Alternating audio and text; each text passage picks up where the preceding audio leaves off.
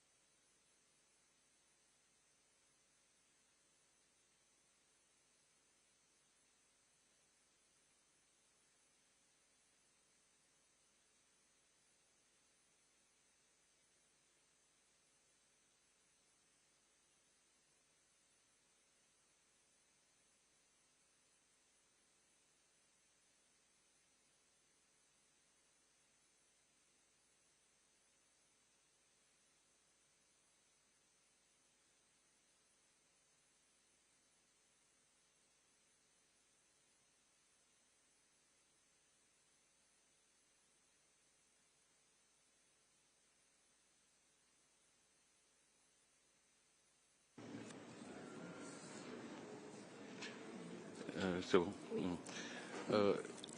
Excellences, distingués collègues, je déclare ouverte la 5e séance de la 58e session du Conseil des droits de l'homme. Excellences, distingués collègues, nous allons maintenant poursuivre avec le segment de haut niveau. J'ai l'honneur de donner la parole à Son Excellence Monsieur Mihai Popsoy, Deputy Prime Minister and Minister of Foreign Affairs of the Republic of Moldova. Excellency, you have the floor.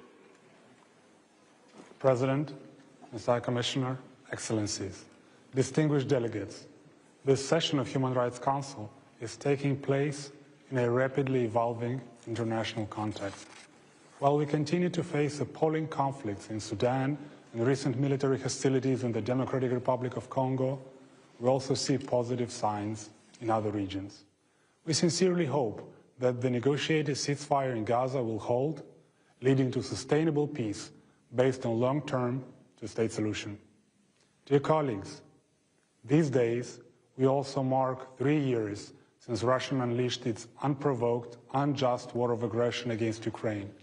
This war, conducted by a nuclear power and a permanent member of the UN Security Council, has already caused destruction and suffering, which will take generations to repair.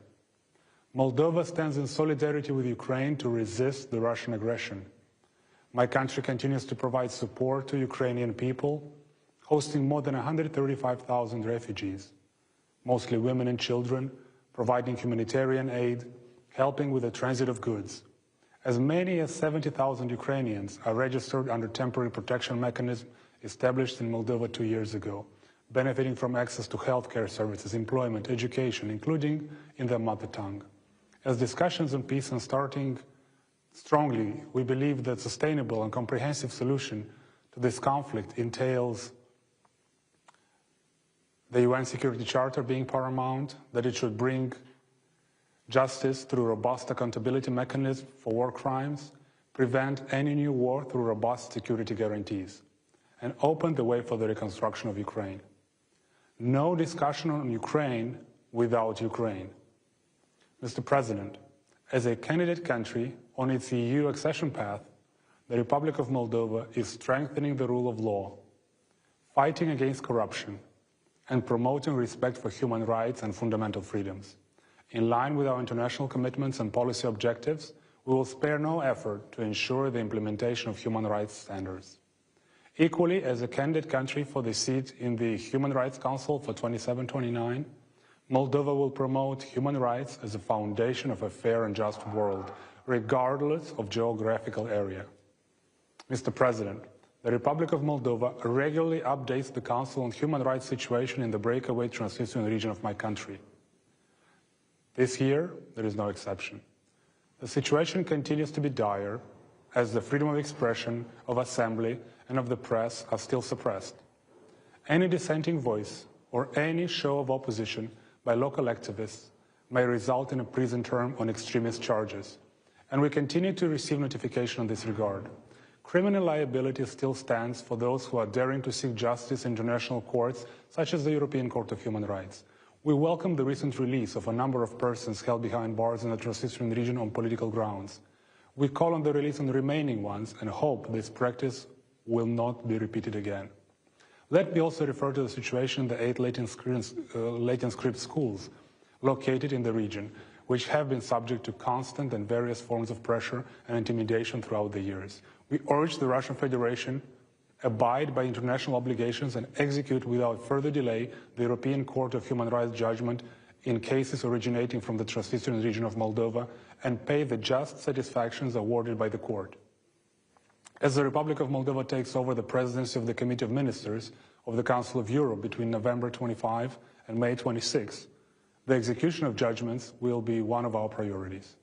We'll also pay special attention to the fight against discrimination, disinformation, propaganda, strengthening local democracy, the protection of children and women's rights. Mr. President, Moldova will stay engaged in common efforts for ensuring the Council remains effective.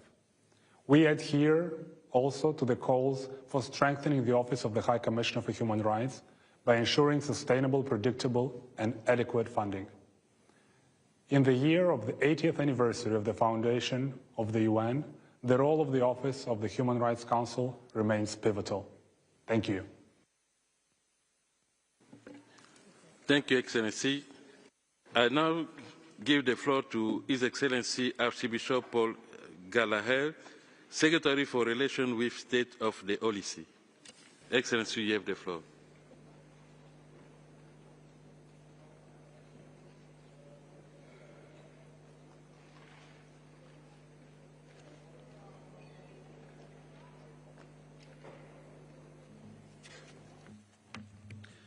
Mr. President, this year, as the world grapples with the tragedy of numerous conflicts, global crises, and ongoing violations of human rights, Pope Francis has declared a Jubilee year of hope to be celebrated by the Catholic Church. It is the desire of the Holy See that the Human Rights Council will respond holistically and constructively to humanity's need for tangible signs of hope in the times we live in. Mr. President, the right to life is enshrined in the Universal Declaration of Human Rights and is a prerequisite for the enjoyment of all other human rights. As Pope Francis affirms, all life must be protected at every moment from conception to natural death, because no child is a mistake or guilty of existing, just as no elderly or sick person may be deprived of hope and discarded. Furthermore, the Holy See reiterates its call for the universal abolition of the death penalty. The demographic crisis calls for a renewed appreciation of the gift of life, motherhood, and of the family. The Holy See hopes that the 30th anniversary of the Beijing Conference will be an occasion to celebrate the many gifts that women uniquely possess and to recognise and support the vocation of motherhood. Human rights are universal and apply to all, including the estimated 125 million people forcibly displaced. Pope Francis has stated that these people cannot be treated like objects to be moved about. They have dignity and resources that they can offer to others. It is only by viewing things in this perspective that progress can be made in confronting a phenomenon that requires the contribution of all countries, not least through the creation of safe, regular pathways. It is worrying that almost half of the world's population lives in countries that spend more on debt repayment than on health or education. Therefore, I reiterate the call of Pope Francis to the international community to work towards forgiving financial debt as a matter of justice, not merely as a question of generosity. Moreover, there is also a need to recognise and address the ecological debt that exists between the global north and the global south. Furthermore, attempts to restrict religious freedom are an obstacle to lasting peace and integral development. Yet across the world, around 380 million Christians continue to suffer high levels of persecution and discrimination for their faith. This Council can play a crucial role in combating discrimination against Christians, Jews, Muslims, and members of other religions, and in ensuring religious freedom. Mr. President, the world is facing pressing issues which require a strong multilateralism that respects the equal sovereignty of states, uses a common language, and does not seek to manipulate multilateral documents by changing the meaning of terms or unilaterally reinterpreting the content of human rights treaties in order to advance divisive ideologies that trample on the values and beliefs of peoples. This is a form of ideological colonialization that fractures relations between states and compromises the integrity of multilateral institutions, while diverting precious time, energy and attention away from the issues that really matter. In a world in need of tangible signs of hope, the diplomacy of hope called for by Pope Francis could help this Council play a key role in healing the wounds of humanity and in giving multilateralism the new vitality it needs to address the complexities of our times. Thank you, Mr. President.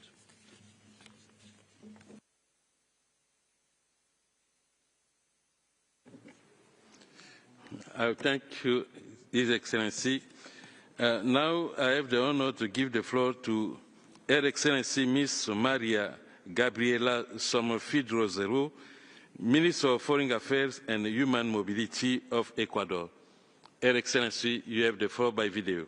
El Ecuador ha mantenido un compromiso con la defensa, promoción y protección de los derechos humanos, tanto en el sistema universal como en el ámbito regional.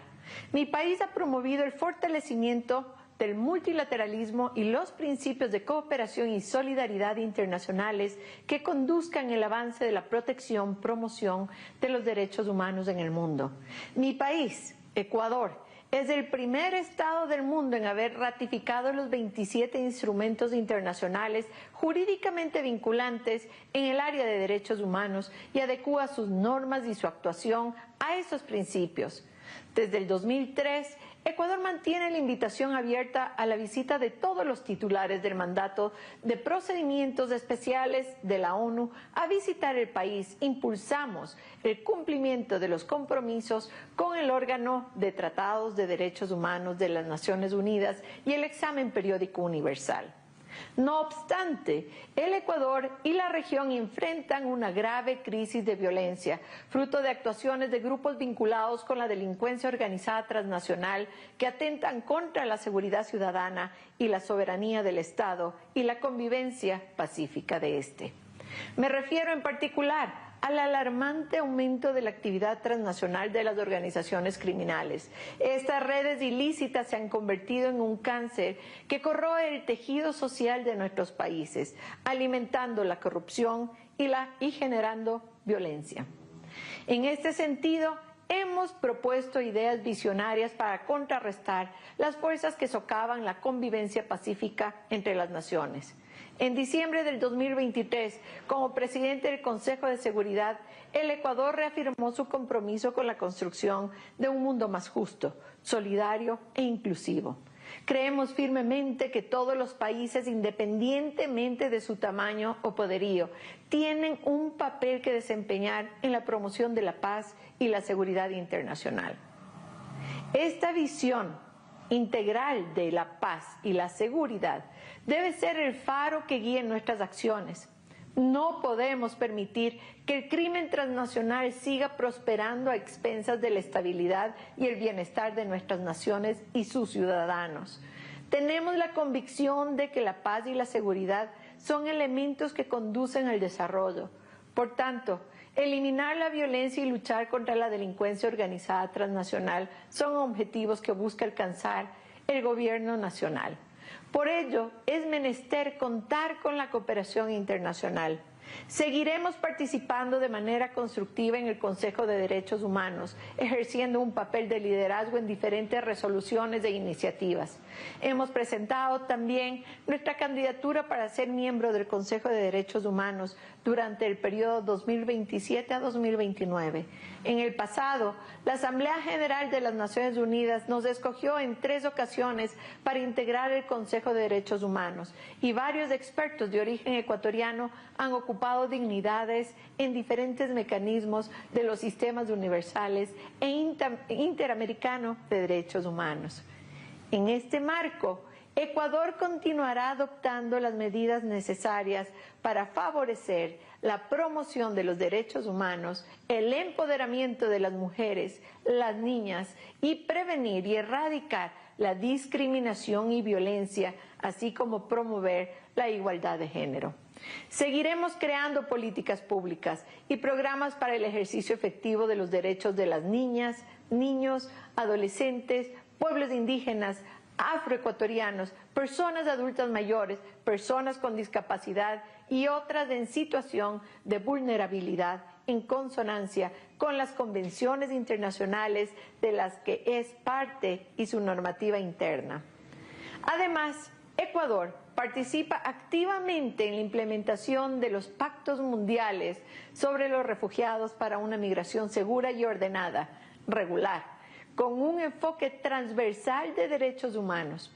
Hemos reformado la Ley Orgánica de Movilidad Humana a fin de reforzar la aplicación efectiva del mandato constitucional de igualdad y no discriminación, incluyendo un marco de prevención y protección para las víctimas de trata de personas y tráfico ilícito de migrantes. Seguiremos abogando para que la comunidad internacional otorgue atención adecuada al vínculo entre derechos humanos y medio ambiente.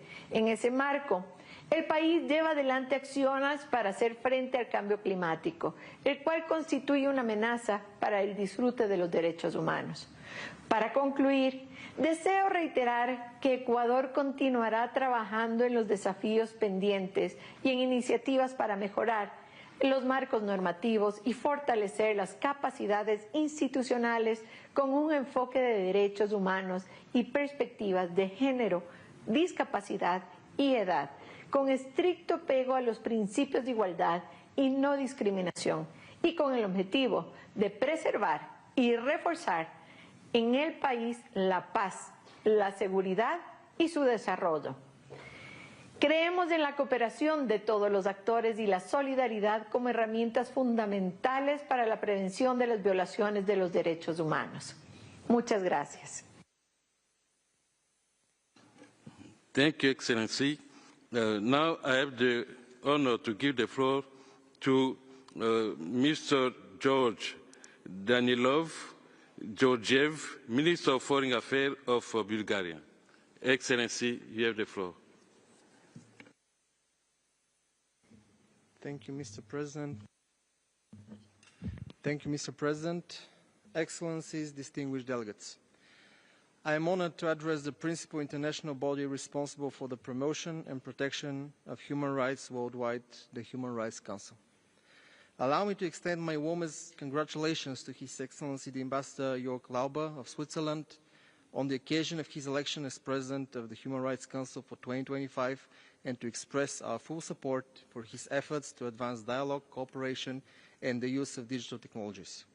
I wish him and the Bureau of the Human Rights Council every success in their work. I would like to underline how important it is to ensure the independence, integrity and sustainability of the Office of the High Commissioner for Human Rights, as well as of the Office of Human Rights Council mechanisms and the UN treaty bodies. Bulgaria remains steadfast in its support for their efforts to uphold and promote human rights. Mr. President, just yesterday the world marked 3 years since the Russian Federation launched its full-scale invasion of Ukraine. We reiterate our strongest condemnation of all violations of international human rights law and international humanitarian law committed in the course of Russia's aggression. Those violations demand full accountability. In this regard, we welcome the Human Rights Council's continued engagement on the human rights situation in Ukraine, which will stay high on our agenda during this session as well. We fully support the resolution extending the mandate of the Independent International Commission in Inquiry, which will be presented by Ukraine.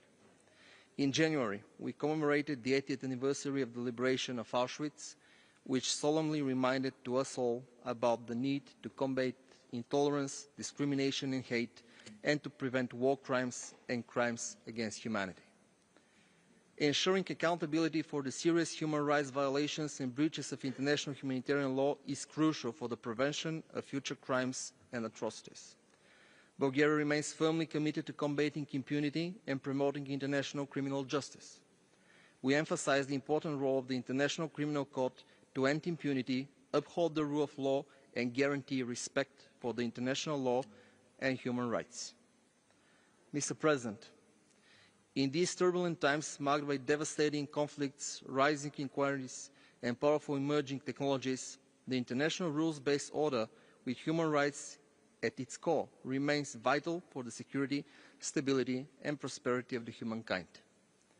The promotion, protection, and fulfillment of human rights are a fundamental prerequisite of the achievement of freedom, dignity, equality, democracy, rule of law, peace, and sustainable development. These values and principles are at the heart of Bulgaria's foreign policy priorities. As a member of the Human Rights Council, our country underscores the central role of this body within the UN system. At a time when multilateralism is under increasing pressure and the Council's functioning faces new challenges, we believe it is imperative to offer a collective response. The upcoming 2026 review of the Human Rights Council's status presents an excellent opportunity to reaffirm the Council's mandate, highlight its pivotal role in the international system, and demonstrate the enduring value of multilateralism. Bulgaria will continue to support the efforts to promote the culture of peace, tolerance, and understanding. We regard as indispensable the role of the Human Rights Council for the achievement of human rights-based sustainable development goals. Bulgaria allocates equal attention to the need to ensure adequate reactions of the Council to gross violations and abuses of human rights and to exercise the Council's prevention functions. We seek to contribute to all endeavours to combat disinformation while strengthening media freedom and ensuring the safety of journalists.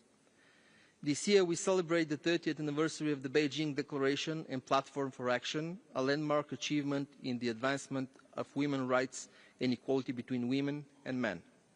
We firmly believe that concrete policies aimed to empower women and girls are crucial in order to foster sustainable development, social justice and prosperity for all. In its national policies, Bulgaria continues to place a strong emphasis on the equality between women and men, as well as on the empowerment of women and girls. A visible testament to Bulgaria's commitment to this cause is the active participation of women in leadership roles across all sectors of society. Bulgaria remains dedicated to the advancement of the right to education for all children, motivated by the significant long-term benefits of early and pre-primary education for the cognitive and social development of children. We encourage all member states to engage constructively in the governmental working group exploring the possibility of an optional protocol to the Convention of the Rights of the Child, which aims to consolidate the access to free education. Bulgaria is fully committed to the promotion of the rights of persons with disabilities and continues to encourage and facilitate their integration in all spheres of public life. It is important also to address the impact of the artificial intelligence on human rights, especially with regard to children's rights, the media freedom and the fight against disinformation. In conclusion, I would like to highlight again the leadership of the High Commissioner for Human Rights and his dedicated staff in the tirelessly strive to advance the cause of human rights around the world at this precious time.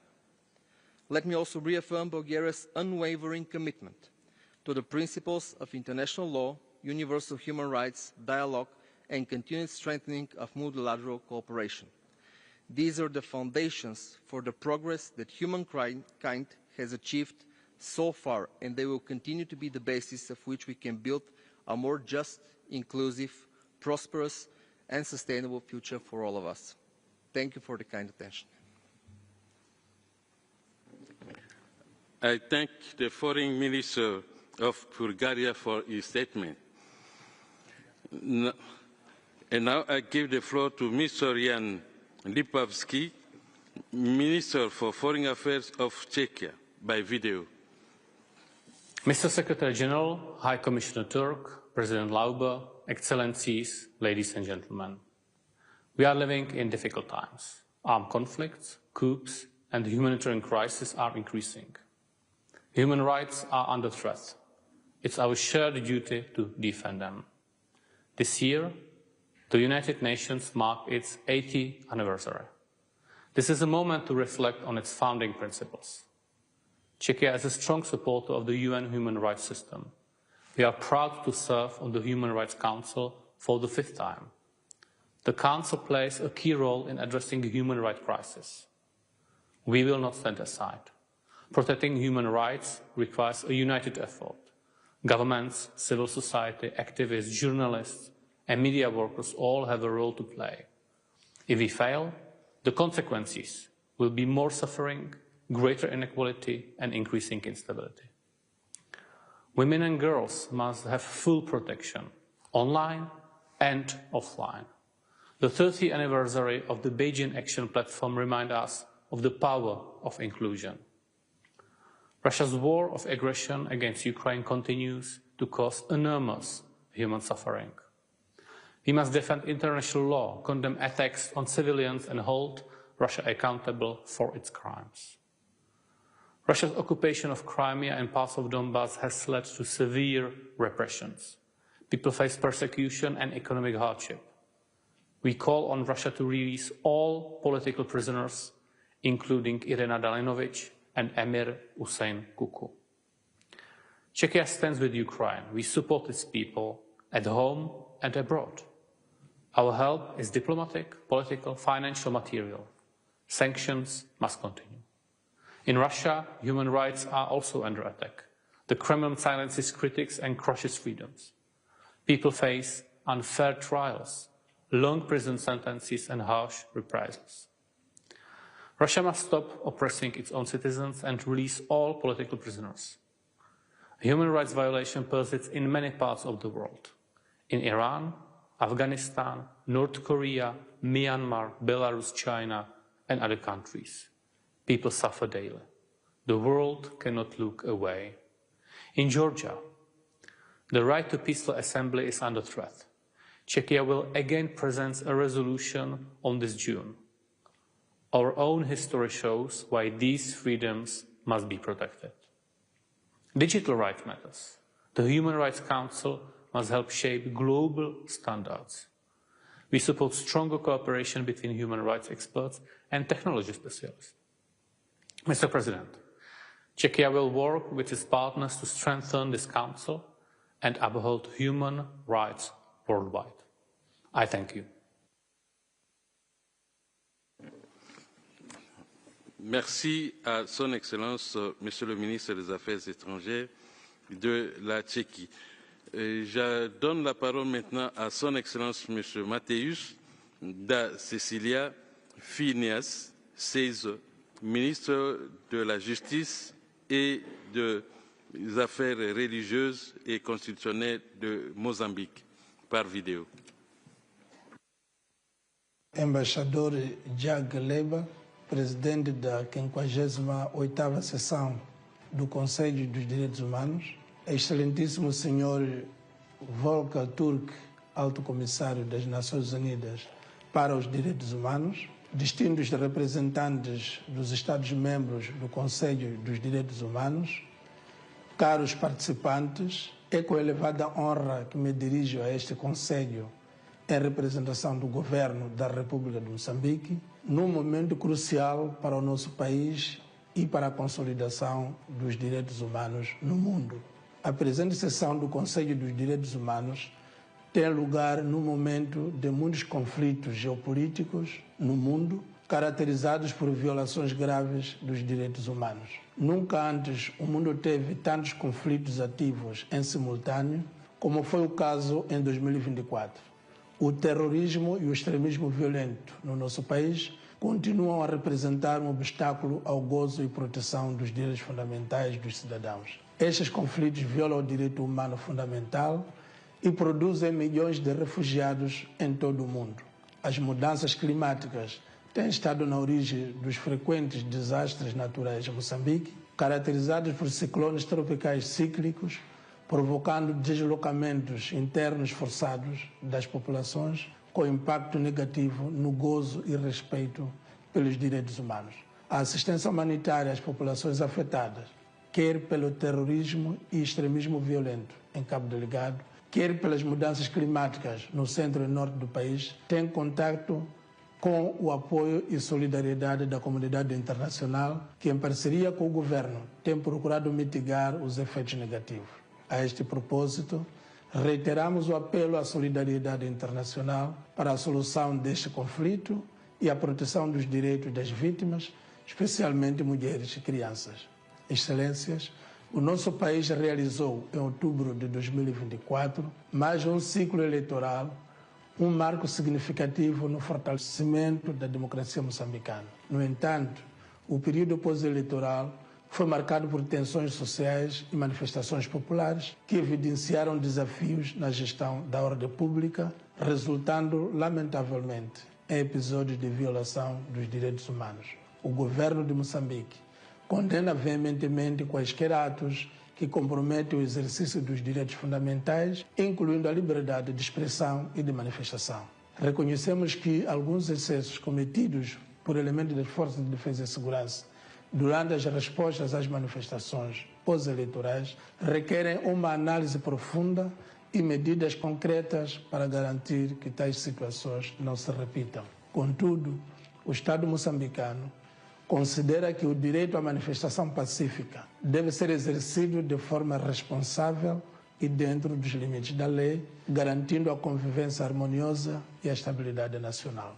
Com a investidura do novo governo, reforçamos o nosso compromisso de implementar mecanismos de prevenção e resposta rápida às eventuais violações dos direitos humanos, assegurando que todas as instituições do Estado atuem dentro dos limites da lei e em estrita observância dos direitos fundamentais dos cidadãos. O Governo também está a reforçar os mecanismos de diálogo social para permitir que todas as vozes sejam ouvidas, garantindo que as manifestações pacíficas sejam respeitadas e protegidas, estando empenhado em implementar reformas estruturais no setor da justiça e em reforçar a capacidade das forças de defesa e segurança para atuarem em total respeito aos direitos humanos, em garantir investigações independentes e transparentes sobre as alegações de abuso e violência, assegurando justiça às vítimas. Neste desiderato, contamos com o apoio técnico deste órgão. Para terminar, reafirmamos o seu compromisso inabalável com a promoção, proteção e defesa dos direitos humanos, em consonância com os princípios consagrados na Declaração Universal dos Direitos Humanos, na Carta Africana dos Direitos do Homem e dos Povos e demais tratados internacionais em matéria dos direitos humanos de que é Estado parte. Agradecemos ao Conselho dos Direitos Humanos pelo seu trabalho incansável e reiterar a nossa disponibilidade em continuar a colaborar com este órgão e seus mecanismos na busca de soluções que beneficiem não apenas Moçambique, mas toda a comunidade global. Muito obrigado pela atenção dispensada. Nous remercions Son Excellence, Monsieur le ministre de la Justice et des Affaires religieuses et constitutionnelles de Mozambique. Et nous voulons aussi, au nom des interprètes qui l'ont dit, n'avoir pas été possible pour eux de pouvoir interpréter le texte ou la déclaration de Son Excellence, Monsieur le ministre, à cause de la qualité de la vidéo. Nous poursuivons notre discussion et j'accorde maintenant la parole à Son Excellence, Monsieur Virgiba Era, ministre des Affaires étrangères de Sri Lanka. Excellence, vous avez la parole.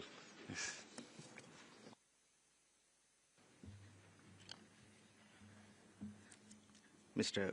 Vice President, Excellencies, at the elections held a few months ago, the people of Sri Lanka elected a new government with a strong mandate to direct the country towards economic, social, and political transformation.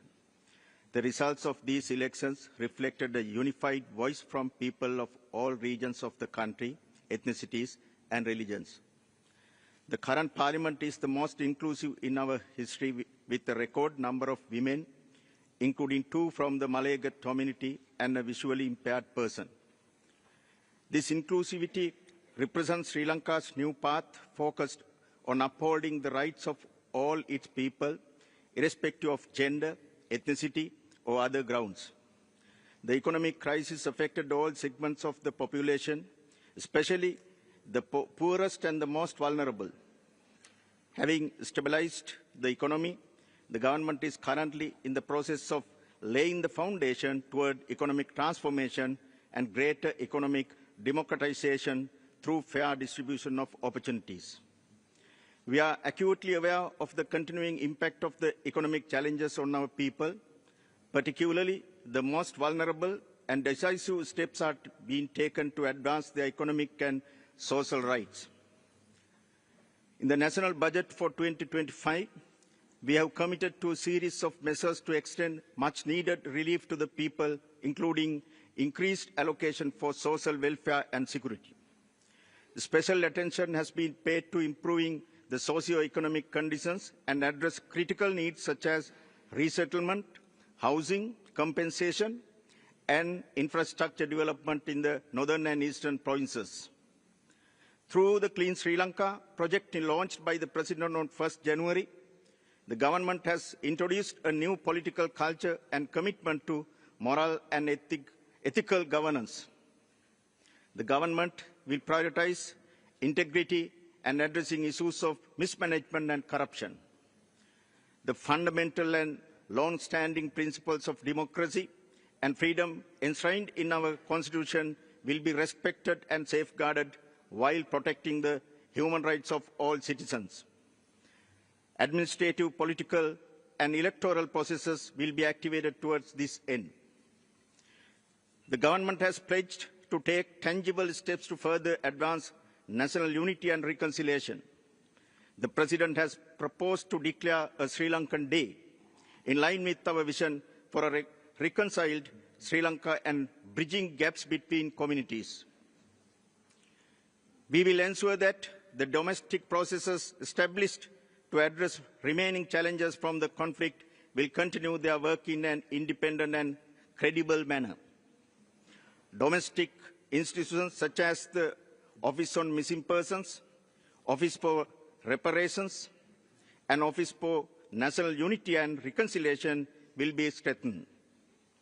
The contours of a truth and reconciliation framework will be further discussed with the broadcast possible cross-section of stakeholders to ensure a process that has the confidence of all Sri Lankans. Our aim is to make the domestic mechanisms credible and sound within the constitutional framework. The Truth and Reconciliation Commission will be empowered to investigate acts of violence that give rise to tensions within Sri Lankan society. The government is fully cognizant of the responsibility that accompanies the people's mandate to fulfill the aspirations for a just, fair, and prosperous society. As we work towards national unity, reconciliation, and inclusive development, the continued encouragement and support of the international community will be important. Sri Lanka is an active member of the UN and a party to all core human rights instruments. We regularly engage with treaty bodies and special procedures. In the past few years, we have received visits from over 10 special procedures and engaged productively with treaty bodies, most recently with the CEDAW Committee, ICCPR, and the UPR. We are committed to genuine dialogue and cooperation on human rights through continuous and constructive engagement. Sri Lanka stands ready to support this Council in addressing the pressing global challenges in a balanced and holistic manner in line with its founding principles of universality, impartiality, objectivity, and non-selectivity. We believe that states must be encouraged and empowered to address their challenges through robust national human rights frameworks, supplemented by assistance upon request. We will continue to work in a constructive spirit of dialogue and cooperation with the UN and this Council within our national legal framework. Thank you very much. Je remercie Son Excellence, Monsieur le Ministre des Affaires étrangères de Sri Lanka. Now I give the floor to His Excellency Lark Robjusen, Minister for Foreign Affairs of Denmark. Mr. President, dear colleagues, it is an honor to address the Council. As we all know, human rights are crucial to human dignity, equality, freedom, peace, and sustainable development. These principles form the very foundation of a good life. Unfortunately, that is far from the reality for many people around the world. Let me provide just a few examples. 3 years ago, Russia launched its illegal, unprovoked, and unjustified full-scale invasion of Ukraine. Civilians have been forced to flee their homes. Civilians have been traumatized. Civilians have been killed. We must all continue to stand by the Ukrainian people for as long as necessary. In Gaza, the humanitarian situation remains catastrophic following Hamas's horrific terror attack on 7 October 2023. Far too many civilians have been killed. The events that have unfolded over the last 16 months clearly illustrate the need for a long-term solution to the decades-long conflicts. We have seen some positive momentum during the past month, but we must continue to focus on taking steps towards sustainable peace. A two-state solution is the only viable long-term solution. In the Eastern Democratic Republic of Congo, the current escalation of the conflict is deeply concerning, as also discussed by the Council in the special session a few weeks ago. Reports of sexual and gender-based violence, including cases of mass rape, are horrific. The people of the DRC deserve peace. The people of the Great Lakes region deserve peace. International borders must be respected. There is no military solution to the conflict, only a political one. In Myanmar, the junta continues its brutal crackdown, oppressing its people. Our voice in support of the people of Myanmar is therefore still important. And unfortunately, I could continue this list. The United Nations play a vital role in maintaining peace and security, and in ensuring a stable and just global order. The UN is the only place where the whole world can come together to advance peace, security, and fundamental freedoms for all. The importance of international law cannot be overstated. No nation can stand alone. Global challenges demand global solutions. We cannot afford to move backward. Our collective goal must be in a world free of war, a world free of poverty, a world free from the suppression of human rights. Thank you. I thank the foreign minister of Denmark for his statement. Maintenant, j'aimerais donner la parole à son Excellence M. Paul-Marie Gondjoud, ministre de la Justice et garde des Sceaux du Gabon. Excellence, vous avez la parole.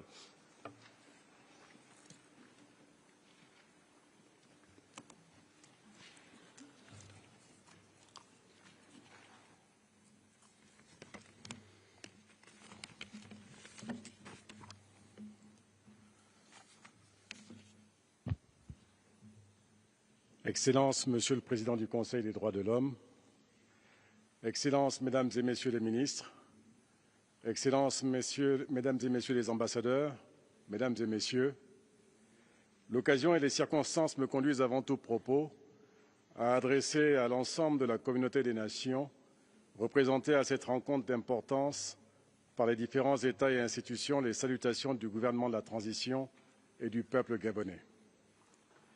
Permettez-moi de rendre un hommage mérité au Conseil des droits de l'homme et à l'ensemble de ses mécanismes pour le travail accompli en faveur des droits de l'homme. Qu'il me soit également permis d'adresser mes vives félicitations à son Excellence Jürg Lauber, ambassadeur représentant permanent de Suisse, pour le choix porté sur sa personne à la présidence du Conseil des droits de l'homme pour l'année 2025. Nos félicitations s'adressent également à votre prédécesseur, son Excellence Omar Zdimber, ambassadeur représentant permanent du Maroc, pour la qualité de son mandat. Enfin, je voudrais exprimer la haute appréciation de ma délégation à M. Volker Türk, haut-commissaire aux droits de l'homme, et à son équipe pour leur inlassable effort accompli en faveur de la promotion et la protection des droits de l'homme, en dépit des défis auxquels ils font face. Monsieur le Président, en me faisant l'honneur de le représenter ici, son Excellence le général de brigade, Brice Clotaire Oligui Nguema, président de la transition, président de la République, chef de l'État, réaffirme l'ancrage du Gabon au multilatéralisme et notre engagement aux principes des droits de l'homme. Lesquels principes aujourd'hui sont ébranlés par des crises multiformes dont la réponse, à notre point de vue, réside inéluctablement dans des institutions multilatérales plus fortes, érigeant les droits humains en pierres angulaires de nos sociétés. Il me plaît également de partager avec vous les principaux développements intervenus au Gabon depuis la 55e session après le coup de la libération du 30 août 2023. La détermination des autorités de la transition à garantir le respect des droits de l'homme depuis 16 mois s'est traduite par les efforts consentis et les actions menées au plan national et international avec l'appui des partenaires internationaux. Dans le cadre de la coopération avec les mécanismes des droits de l'homme, mon pays se réjouit d'avoir, reçu la visite du sous-comité de prévention de la torture au mois de mars 2024, de même qu'il a transmis les rapports au titre de la Convention contre la torture et autres peines ou traitements cruels, inhumains et dégradants et de la Convention pour l'élimination de la discrimination raciale. Au niveau national, de nombreuses mesures ont été menées avec l'appui des partenaires pour rendre effectifs les droits de l'homme. Au mois de janvier dernier, un atelier a été organisé à l'endroit des membres du mécanisme national d'élaboration des rapports sur l'utilisation de la base des données et sur l'adoption du plan d'action de mise en œuvre des recommandations du 4e cycle de l'EPU.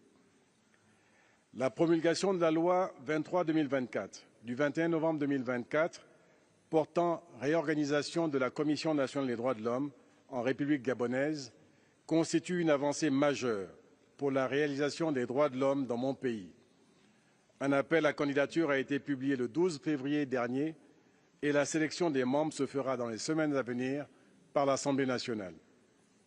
Il en est de même du décret 133 du 27 mars 2024 portant création, attribution, organisation et fonctionnement de la Commission nationale des droits de prévention et de lutte contre la traite des personnes en République gabonaise, organe de coordination des questions de traite des personnes qui vient renforcer le dispositif existant en la matière. Sur le plan pénal, les infractions et principes relatifs à la réparation des préjudices causés par les violations des droits de l'homme ont été pris en compte dans le cadre de la révision du Code pénal et du Code de procédure pénale pour un meilleur respect et une meilleure protection des droits humains.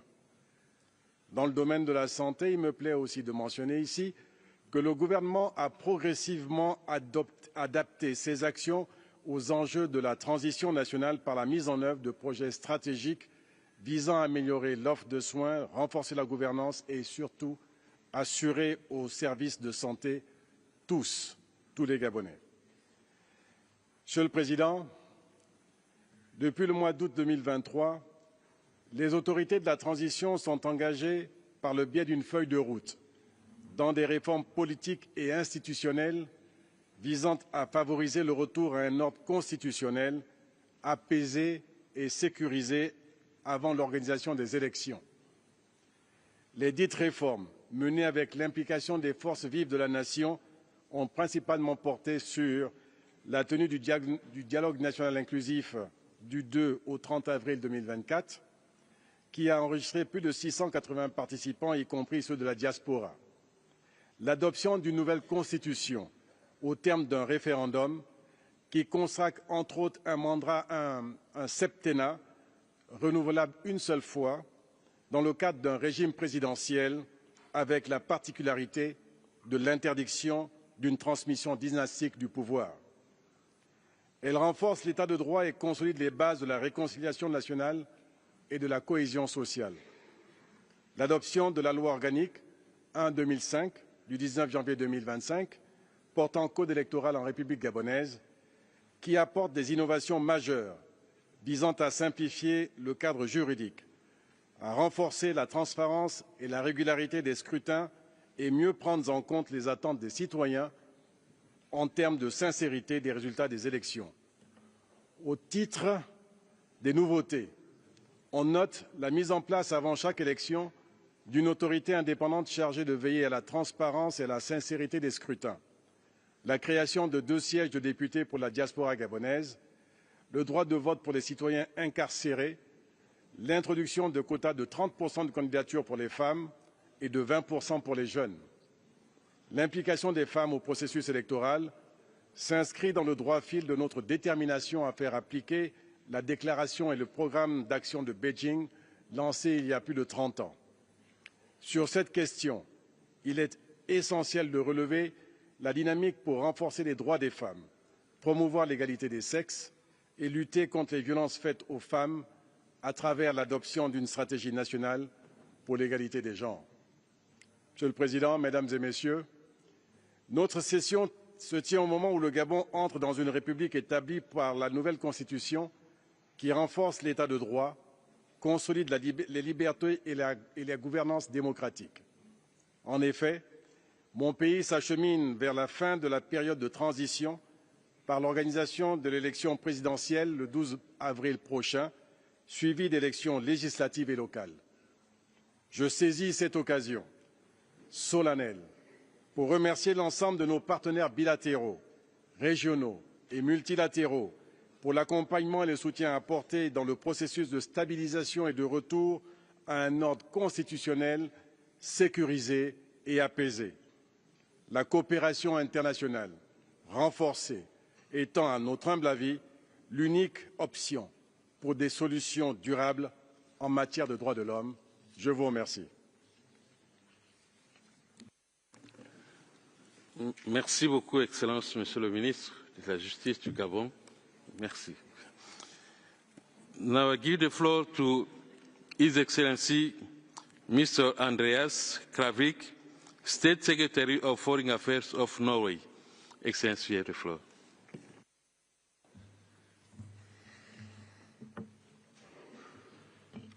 Excellencies, Mr. President, over the past year, the world has again witnessed an unacceptable number of violations of human rights and international humanitarian law. We have seen an increased willingness to disregard the important lessons of the past and ignore our responsibility to stand up for human rights and fundamental freedoms. The UN Charter, international humanitarian law, and human rights must be respected and protected. Violations are unacceptable. If states can safely violate international law, its credibility collapses. And, obviously, it will be harder to uphold international law in the future. In Ukraine, Russia has shown a blatant disregard for the UN Charter, international humanitarian law, and human rights.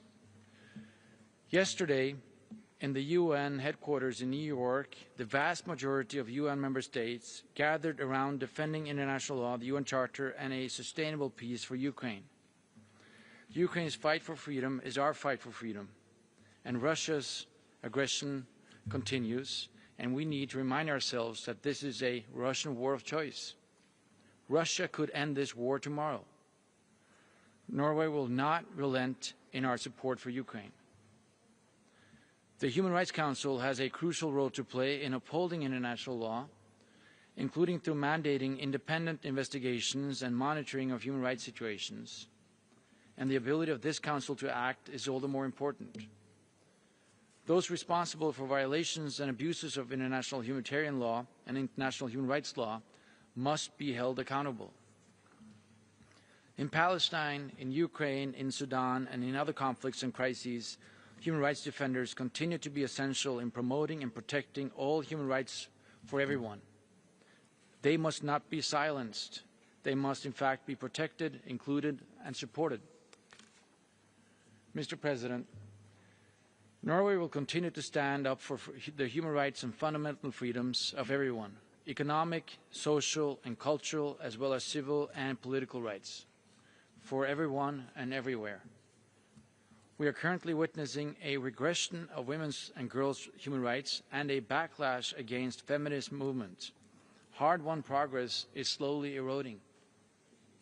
The status of women, along with the rights of LGBT+ persons, individuals with disabilities, indigenous peoples, and ethnic and religious minorities, serve as crucial parameter for the health of any society.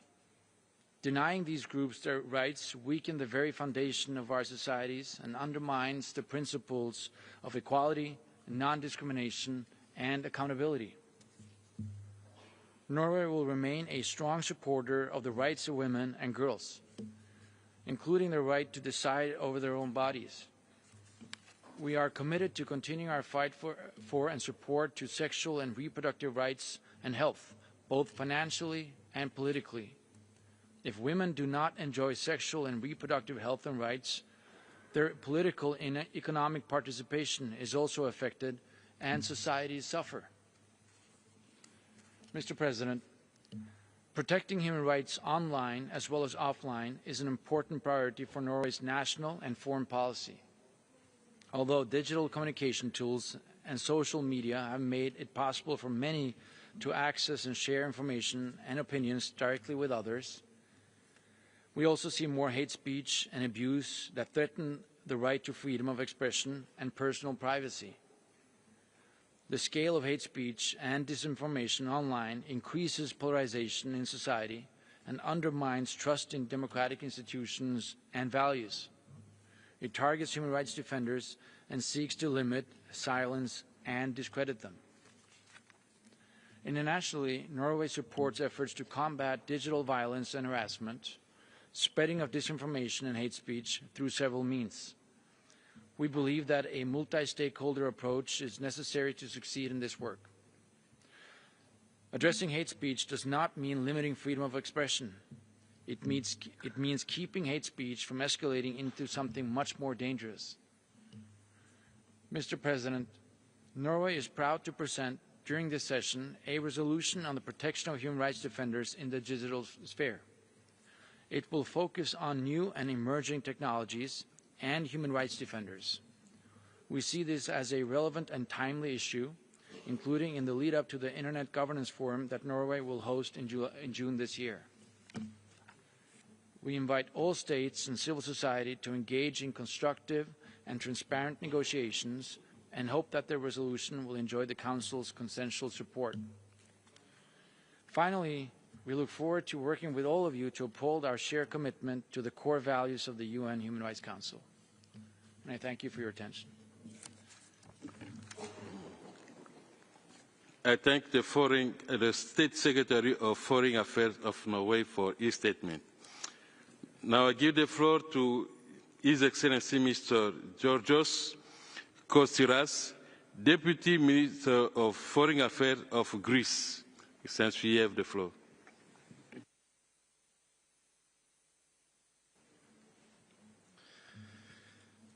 Your Excellency, High Commissioner for Human Rights, President of the Human Rights Council, Excellencies, it's a great honor for me to address the 58th high-level segment of the Human Rights Council. I wish to express our utmost appreciation for the work of High Commissioner Turk, whom we warmly thank for his inspirational visit to Athens last November. Today, the world faces truly unprecedented challenges and conflicts that brutally violate human rights law, humanitarian law, and the United Nations Charter. The human rights situation in Ukraine, the Middle East, Sudan, the DRC, and other conflict zones has caused hundreds of thousands of deaths, starvation, and millions of refugees. The multilateral system itself is challenged as never before. In this framework, this Council is a source of hope, where human rights are not simply at the center of our decisions, but an end in itself. These days, in all international fora, there is one common topic for discussion: the 3rd anniversary of Russia's invasion of Ukraine. We stand in sorrow and respect for the thousands of our fellow human beings who lost their lives during the war. For Greece, it is a matter of principle. We will always oppose the threat of the use of force. Greece will always advocate for the peaceful settlement of disputes, with full respect to international law and the UN Charter. The only solution is a diplomatic solution that will lead to the cessation of the deadly hostilities and the establishment of a generally acceptable, just and lasting peace for Ukraine with adequate security guarantees. In the Middle East, the ceasefire and hostage release agreements are significant breakthroughs. Now, all hostages have to be released to ensure a permanent end to hostilities, and the political process must start paving the way for the reconstruction of Gaza. With deep regret, we note that since October 7th, anti-Semitism has spiked worldwide. We must do our utmost together to fight anti-Semitism, Holocaust denial, and preserve our democratic and human rights values. Greece reiterates its unwavering support for Syria's unity, sovereignty, and territorial integrity. Syria needs an inclusive government where all ethnic and religious communities participate, protecting the legitimate rights of all Syrians, a government free of external intervention, respecting international law. Greece, on its part, is a pole of stability in the entire region. Prime Minister Mitsotakis and Foreign Minister Geropetritis have repeatedly visited the Middle East to promote peace and stability. We declare our readiness to contribute actively with humanitarian aid and technical assistance in institution building in Syria and the region. We welcome the deployment of 2 OHCHR teams to Armenia to collect information about displaced persons and refugees from Nagorno-Karabakh. Mr. President, Greece, a nation whose history has profoundly shaped the values of democracy, diplomacy and dialogue, fully supports the multilateral human rights system within the United Nations. As an elected non-permanent member of the United Nations Security Council, Greece is working hard to advance the peaceful settlement of disputes, international law, climate and maritime security, and protect women and children in armed conflict. Greece actively promotes the Human Rights Council's vital work, focusing on youth, sport, and human rights education as an open window for progress, notably by co-sponsoring relevant resolutions. In times of severe challenges, there is but one way forward: working together, building bridges in trying to reach our common goals. At the national level, Greece systematically implements strategic master plans on key social issues. In parallel, we have introduced targeted horizontal policies, continuously evaluated through central government mechanisms. Each initiative marks a significant step toward a more just and inclusive society rooted in the rule of law. As regards to the human rights of refugees, we have radically improved our asylum system, our reception facilities, and our unaccompanied minors program, while strengthening the protection of EU borders and intensifying efforts to combat smuggling networks. The Greek Coast Guard has saved more than 500,000 lives in the sea. Regarding allegations that were heard yesterday in this room, Greece constantly places particular emphasis on safeguarding the rights of the Muslim minority of Thrace, a religious minority according to the Treaty of Lausanne. Its members enjoy both special protection as a religious minority in accordance with the said treaty and their full rights as Greek and EU citizens. And from this floor, I would like to reiterate Greece's firm support for a just and viable solution of the Cyprus issue according to the United Nations Security Council resolutions. This solution would be the best guarantee for the rights of all Cypriots.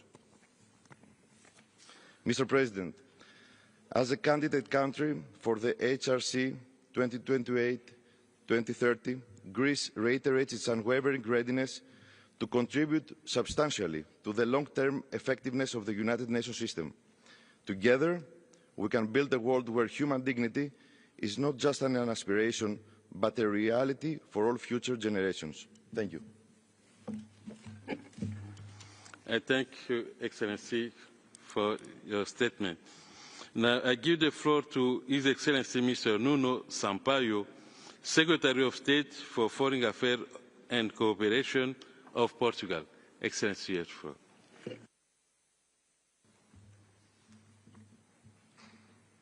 Senhor Presidente, Excelências, agradeço ao Secretariado a possibilidade de me exprimir em português, uma língua que une quase 300 milhões de pessoas e que esperamos que se torne língua oficial das Nações Unidas num futuro próximo. Este Conselho reúne num momento particularmente desafiante, marcado pela confluência de múltiplos desafios, em que o multilateralismo e o respeito pelos direitos humanos têm sido postos à prova. Temos assistido à erosão gradual do direito humanitário em zonas de guerra, a retrocessos democráticos, à promessa cada vez mais longínqua da realização da igualdade de género, à propagação do ódio, da desinformação, da intolerância e do racismo. Assistimos na Ucrânia, onde 3 anos após o início da guerra, da agressão provocada pela Rússia, continuamos a deparar-nos com violações do direito internacional, bem como o tratamento de prisioneiros de guerra em violação das Convenções de Genebra.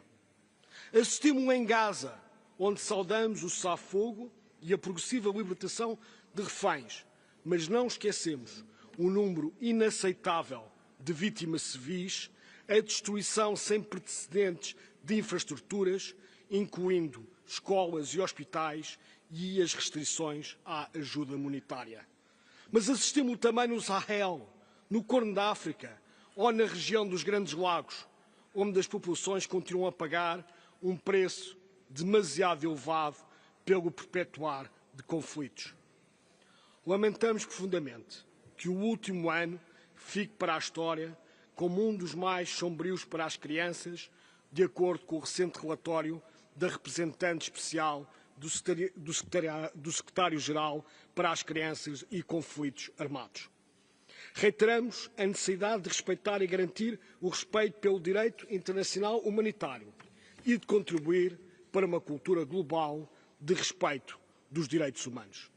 Senhor Presidente, no ano em que se comemoram os 80 anos da criação das Nações Unidas, a aprovação do Pacto do Futuro oferece-nos uma esperança renovada no multilateralismo e nos 3 pilares centrais da ação das Nações Unidas. Portugal defende uma ONU paritária, na qual estes pilares disponham de igual importância e de recursos adequados. Não há paz e segurança sem direitos humanos, e sem direitos humanos não existe também desenvolvimento sustentável. Pugnamos porque este Conselho seja elevado ao órgão principal das Nações Unidas e que sejam exploradas mais estreitas sinergias com o Conselho de Segurança. Defendemos um sistema internacional de proteção eficaz que previna violações e abusos de direitos humanos e que assegure a responsabilização dos perpetradores.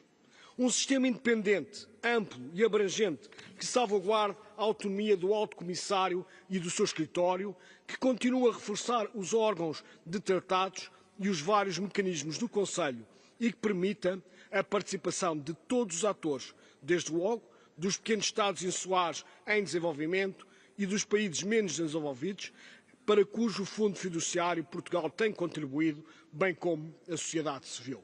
Senhor Presidente, Portugal continuará a fazer a sua parte para fortalecer o sistema multilateral de direitos humanos, participando nele de forma ativa. Dentro de dias, apresentaremos uma resolução sobre os direitos económicos, sociais e culturais. A resolução deste ano abordará especificamente o tema do financiamento para o desenvolvimento. Portugal tem participado ativamente nas discussões deste tema, enquanto co-presidente do processo preparatório da 4ª Conferência Internacional para o Financiamento do Desenvolvimento e em outros fóruns multilaterais. Move-nos o objetivo de contribuir para tornar a arquitetura financeira internacional adequada à sua finalidade e garantir uma perspectiva de direitos humanos para alcançar os objetivos de desenvolvimento sustentável. Em junho, Portugal apresentará uma resolução sobre o direito à educação. Continuaremos a liderar o grupo de amigos sobre os mecanismos nacionais de implementação, reporte e seguimento das obrigações e recomendações internacionais de direitos humanos.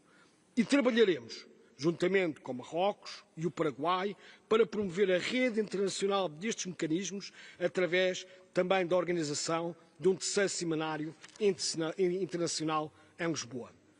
Dentro de dias, teremos a adoção do resultado do Exame Periódico Universal de Portugal. O UPR é um instrumento fundamental para o diálogo construtivo entre Estados. Prosseguiremos esforços em áreas que consideramos prioritárias, como a abolição da pena de morte, o combate ao racismo, a proteção dos direitos humanos dos jovens e dos imigrantes. Este ano é também um ano-chave para a promoção da igualdade de género e dos direitos das mulheres. Celebramos os 30 anos da adoção da Declaração e Plataforma de Ação de Pequim e o 25º aniversário da Resolução 1325 do Conselho de Segurança sobre Mulheres, Paz e Segurança. Aguardaremos com elevada expectativa os resultados da 69ª sessão da Comissão sobre o Estatuto da Mulher, na qual iremos participar ativamente. Concluo, Sr. Presidente, reiterando o apoio de Portugal a este Conselho, fiéis à nossa tradição de estabelecer pontes bem como aos princípios que defendemos e aos compromissos que assumimos. Promoveremos o diálogo construtivo e inclusivo, considerando que a realização dos direitos humanos é sempre um processo inacabado que só coletivamente poderemos cumprir. É com essa confiança no multilateralismo e em prol destes valores que Portugal, com a continuidade e coerência que caracteriza a nossa política externa, é candidato a um lugar de membro não permanente do Conselho de Segurança para o biênio 2027-2028. Muito obrigado.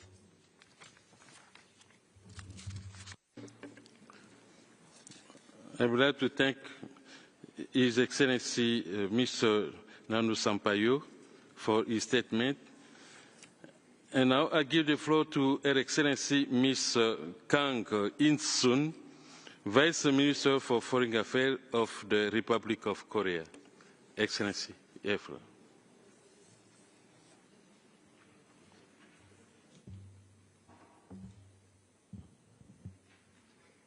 Mr. Vice President, distinguished delegates, it is my second time addressing this August Chamber following last year. And this year, I am standing before you with an even keener sense of responsibility as the Republic of Korea has embarked on its role as a member of the Human Rights Council. We celebrate the 8th anniversary of the UN and recall its spirit rooted in humanity's inherent longing for peace. Yet, we still witness grave human rights situations unfolding in all corners of the globe. The war against Ukraine just reached its third year yesterday, and it has been further complicated by strengthened military ties between Russia and the DPRK. Daily, we hear reports of the eroding human rights situation in Gaza and the DRC. The rise of emerging technologies is adding to the complexities of human rights challenges like a Pandora's box. As rightly observed by the High Commissioner, the key to resolving today's conflicts and crises rests in greater respect for human rights, not less. In this regard, 2025 offers a fitting opportunity to double down on our efforts in enhancing human rights as we start to implement the Pact for the Future adopted last year. As a member of the Human Rights Council, we will constructively engage with the international community, focusing on the following key priorities. First, we reiterate our unwavering belief in the Council and UN human rights mechanisms as well as a bastion of promoting and protecting human rights. Human rights are universal and every voice counts. The Council plays an indispensable role in helping developing countries build the capacity to advance human rights norms and policies. Korea will continue to support such endeavors to ensure that human rights-based approaches are effectively implemented around the world. Second, the digital transformation. It is reshaping our world, and it presents both opportunities and challenges for human rights. Recognizing these transformative developments, Korea has made it a priority to tackle these complexities through a human rights-based approach. We are committed to leveraging our digital expertise to help the Council navigate the evolving human rights landscape in the digital age. In this regard, we will table our fourth resolution on this critical issue at the 59th session. Third, we must do more to protect women, girls, and other vulnerable groups, especially in times of escalating conflicts and protracted crises. This year marks 30 years since the Beijing Declaration and 25 years since UN Security Council Resolutions 1325. It is a crucial moment to renew our wholehearted commitment to gender equality. Korea has long supported the WPS agenda, and we have been promoting survivor-centered responses to gender-based violence in conflict. As a country with a historical experience of women and girls victimized as a comfort to women, we view the WPS agenda as particularly relevant and significant. We will continue to work together with the Japanese government to restore the honor and dignity of the comfort to women and to help to heal their psychological wounds. At the last June's Security Council briefing on the human rights situation in the DPRK, the High Commissioner accurately captured the dire situation on the ground, a stifling, claustrophobic environment where life is a daily struggle devoid of hope. The DPRK's deployment of its troops to Russia once again highlights the linkage between the DPRK's human rights abuses and its ramifications for international peace and security, like two sides of the same coin. Reportedly, DPRK soldiers are drawn to the battlefield unaware of their involvement in the real combat and trained to commit suicide when captured, which is incompatible with the right to life. We are deeply concerned about the inhumane treatment of the DPRK escapees being forcibly repatriated, including extrajudicial executions, arbitrary detentions, and enforced disappearances, as reported by the multiple UN special procedures. We reiterate our call for the states to respect the principle of non-refoulement. My government once again strongly urges the DPRK to immediately resolve all issues relating to abductees, detainees, and unrepatriated prisoners of war, including the prompt release of the 3 Korean missionaries, Kim Jong-uk, Kim Guk-gi, and Choi Chun-gil. We strongly urge the DPRK to heed the international community's recommendations made during last year's UPR and take prompt actions to bring about fundamental change in its dire human rights situation. And we look forward to the release of the High Commissioner's comprehensive report, which updates the human rights situation in the DPRK since 2014. Rising from the ashes of war, my country overcame devastation, poverty, and national division. We have never relented in striving to build a nation founded on freedom, democracy, and prosperity. The journey was arduous, and it remains so. But time and again, we have proved our resilience. The road to promoting and protecting human rights is not straightforward. Korea, based on our experience and strong sense of resilience, will remain a dedicated partner in navigating this path. Thank you.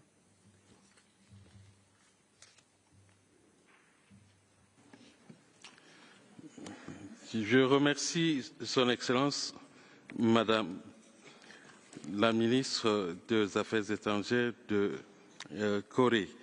Maintenant, je donne la parole à Son Excellence Monsieur Neil Richmond, Minister of State for International Development and Diaspora of Ireland. Excellency, you have the floor.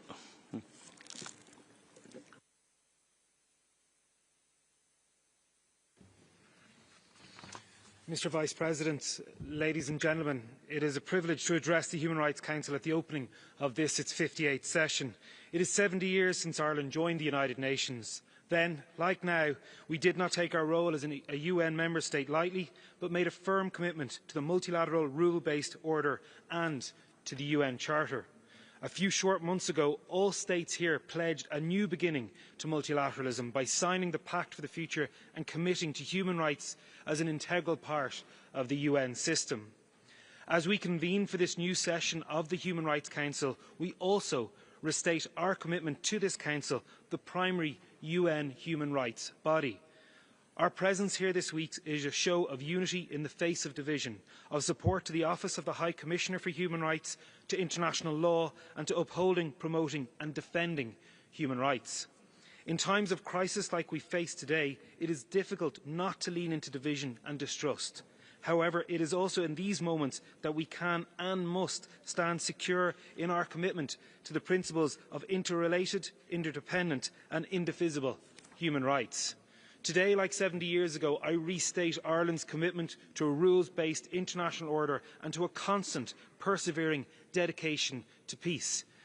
Mr. Vice President, this week, 3 years ago, Russia made clear its disdain for the UN Charter and international human rights law.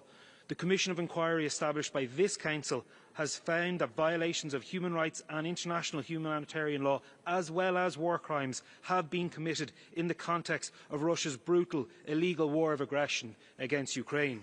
The international community must continue to condemn such actions and ensure that perpetrators of human rights violations and abuses are held to account. Ireland will continue to call for an end to Russia's war of aggression and violations of international law, and for a comprehensive, just and lasting peace in Ukraine based on the UN Charter and with respect for Ukraine's territorial integrity and sovereignty. Last week marked 500 days since the brutal attacks perpetrated by Hamas and other terrorist organisations on Israel. Ireland unreservedly condemns these attacks and the taking of hostages. Last month, we welcomed the long-awaited ceasefire and hostage release agreement in Gaza. This brought much-needed hope and relief to the people of both Israel and Palestine. We need to see the ceasefire agreement fully implemented in all its phases, including the release of all hostages. There must also be continuing entry of humanitarian aid at scale, the provision of basic services and a framework for the return of those displaced from their homes within Gaza. We must also remain focused on the deteriorating situation in the West Bank. Ultimately, implementation of the two-state solution remains the only way to ensure lasting peace and security for Israelis and Palestinians alike. Mr. Vice President, in Sudan, the Sudanese armed forces and the rapid support forces and their allied movements and militias have shown utter disregard for human rights. They must comply with their obligations to protect civilians, humanitarian workers and human rights defenders from harm and allow rapid and unimpeded humanitarian relief to all areas under their control. In Yemen, attacks against civilians by all parties to the conflict should be independently investigated to ensure accountability and enhance the protection of Yemeni civilians. In Afghanistan, the High Commissioner has determined that systematic gender persecution is being perpetrated by the Taliban. The Taliban must revoke all discriminatory decrees and all other measures that seek to eradicate women and girls' access to education, work and public services, and that restrict their freedom of movement. Mr. Vice President, Ireland is firmly committed to protecting and advancing both civil and political and economic, social and cultural rights. In recent years, the Human Rights Council has addressed the human rights implications of climate change. We have discussed how to enhance global protection against business-related human rights abuses, advocated for a human rights-based approach to new and emerging technologies, promoted gender equality and advanced guidance on the elimination of all forms of racial discrimination and the prevention of violence and discrimination against LGBTI+ persons. A crucial component of this process is the constant open engagement with civil society partners.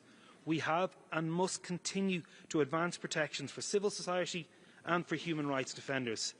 Mr. Vice President, this Council must be enabled to fulfil its role as the primary intergovernmental body for the promotion and protection of human rights globally. The Office of the High Commissioner must be adequately resourced and empowered to carry out its vital work. The guidance and recommendation of special procedures and of the treaty body committees must be heeded. Respect for human rights is where our values and interests align. It is through more respect for human rights that we achieve peace, prosperity and sustainable development. Mr. Vice President, in conclusion, as you will be aware, Ireland is seeking membership of the Human Rights Council for the term 2027 to 2029. If elected, we will protect and champion the universality of human rights and the principle of non-discrimination. We will be an advocate for prevention and for accountability, and we will work in partnership and good faith with all who share our commitment to multilateralism and the values and principles set out in the UN Charter and the Universal Declaration of Human Rights. And thank you very much. I would like to thank His Excellency. And now I give the floor to Son Excellence Madame Isabelle Béraud Amadei, conseiller de gouvernement, ministre des Relations extérieures et la coopération de Monaco par vidéo. Monsieur le Président du Conseil des droits de l'homme, Monsieur le Haut-Commissaire, Excellences, Mesdames, Messieurs, en tout premier lieu, je souhaite réaffirmer, une nouvelle fois, l'importance que revêt pour la Principauté de Monaco le respect des droits de l'homme, du droit international et de nos engagements communs en faveur des buts et principes des Nations Unies. Il y a quelques semaines, j'ai eu l'honneur de mener la délégation monégasque lors des cérémonies organisées dans le cadre du 80e anniversaire de la libération du camp d'Auschwitz-Birkenau. Ces émouvantes commémorations, en honorant la mémoire de millions de victimes de la barbarie humaine, ont mis en lumière le bien fondé du combat en faveur des droits de l'homme, de leur universalité et de leur indivisibilité. Il s'agit d'un combat permanent et plus que jamais d'actualité. Alors que les tensions géopolitiques, les conflits régionaux ou interétatiques et les crises humanitaires perdurent, il est de notre responsabilité commune de toujours défendre les valeurs sur lesquelles est bâti le système onusien. La guerre n'y a pas sa place, pas plus que les conditions de vie inacceptables dans lesquelles est plongée une grande partie de l'humanité. Ainsi, en Ukraine, 3 ans jour pour jour après le début de l'agression russe, les armes ne se sont toujours pas tues. Les violations graves des droits de l'homme s'y poursuivent, comme en attestent les rapports soumis à ce Conseil par votre bureau, Monsieur le Haut-Commissaire, ainsi que par la Commission d'enquête internationale. Ce travail de documentation est inestimable et indispensable dans l'optique d'établir les responsabilités. Cette année encore, Monaco soutiendra le renouvellement du mandat de la Commission. En ce qui concerne la situation au Moyen-Orient, la Principauté de Monaco se félicite de l'arrêt des combats dans la bande de Gaza et au Liban et des libérations d'otages. Le très lourd bilan humain et matériel est effroyable.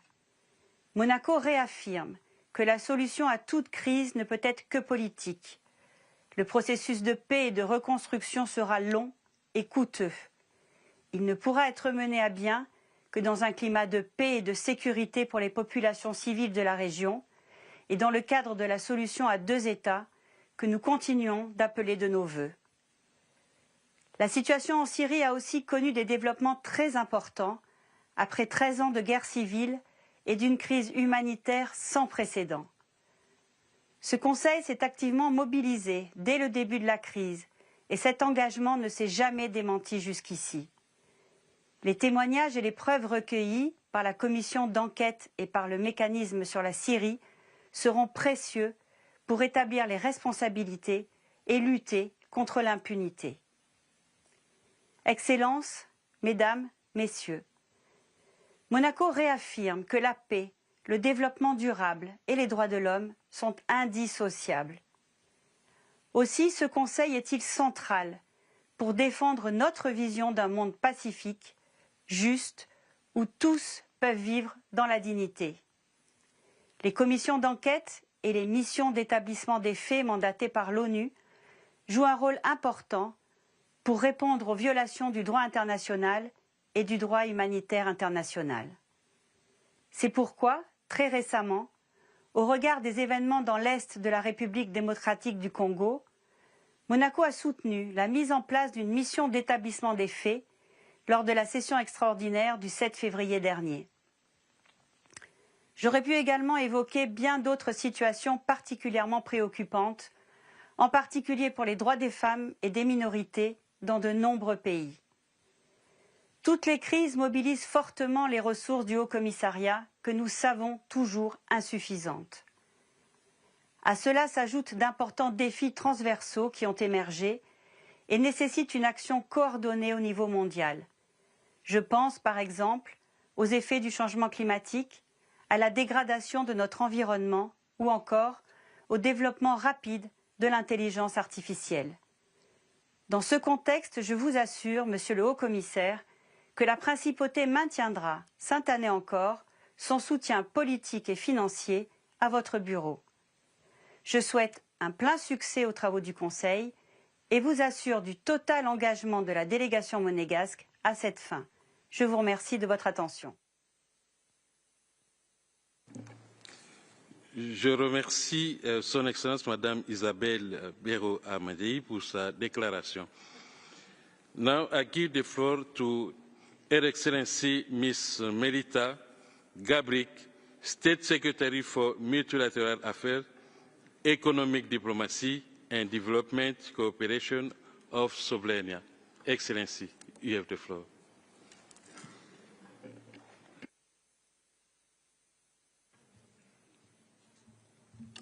Mr. President, Excellencies, ladies and gentlemen, it is an honor to address this esteemed Council on behalf of the Republic of Slovenia, a country firmly committed to upholding the principles of dignity, equality, and justice for all.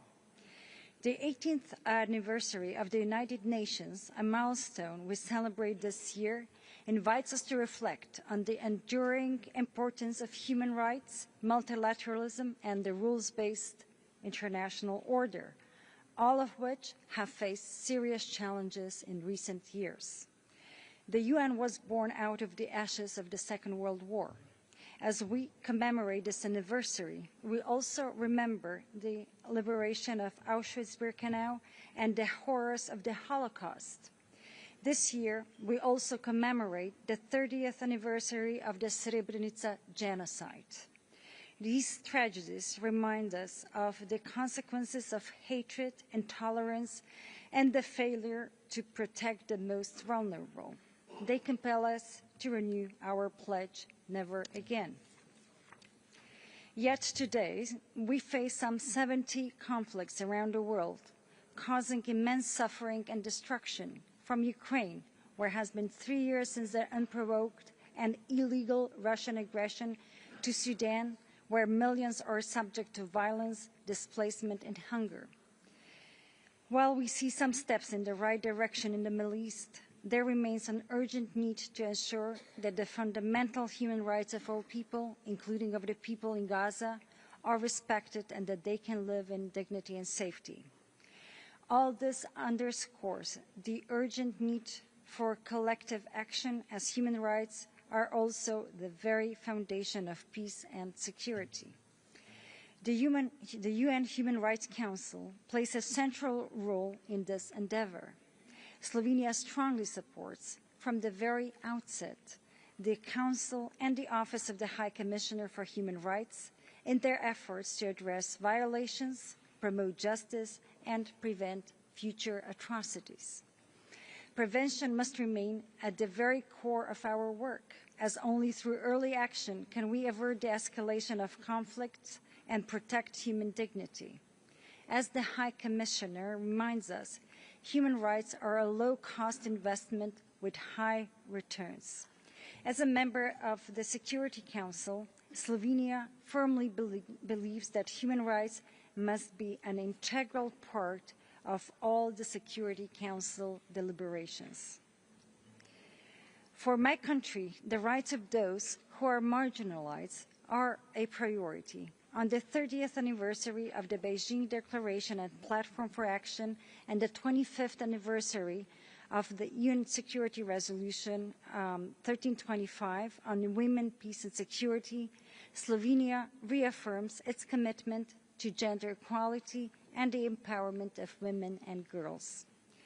In the face of rapid demographic change, the human rights of older persons should receive more attention. We believe it is time to take concrete action to address the existing gaps in human rights protection so that older persons can enjoy their human rights on an equal basis and participate actively in societies. Similarly, we must advance the implementation of the right to a clean, healthy and sustainable environment, a right that Slovenia has been an avid promoter of. As we face manifold challenges, we must never lose sight of our responsibility to uphold the human rights of every individual. It is in this spirit that Slovenia stands for membership of the UN Human Rights Council for the period 2026 to 2028. We pledge to work tirelessly to strengthen the Council's effectiveness, promote inclusiveness, and ensure that no one is left behind. As we look to the future, let us honor the memory of those who have suffered and died in conflicts and atrocities by building a world where human rights are respected, protected, and fulfilled for every human being. Together, we can and must make a difference. Thank you.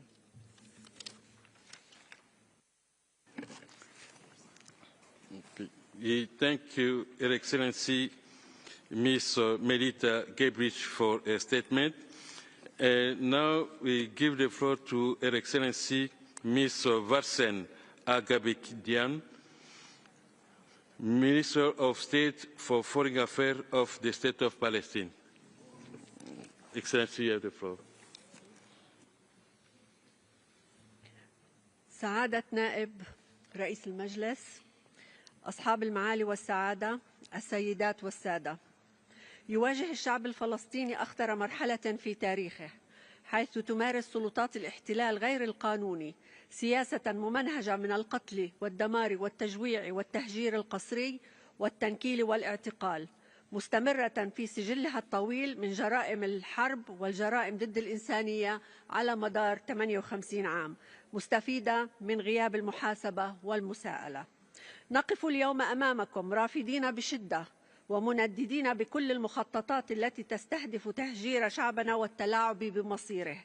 إنها دعوات تجاوزت حدودها لتمس بسيادة دول أخرى، ولا يمكن وصفها إلا بمحاولات مكشوفة تهدف إلى صرف أنظار العالم عن المجازر والاستيطان ونهب الأراضي والاعتداءات المتصاعدة على المقدسات وعربدة المستوطنين.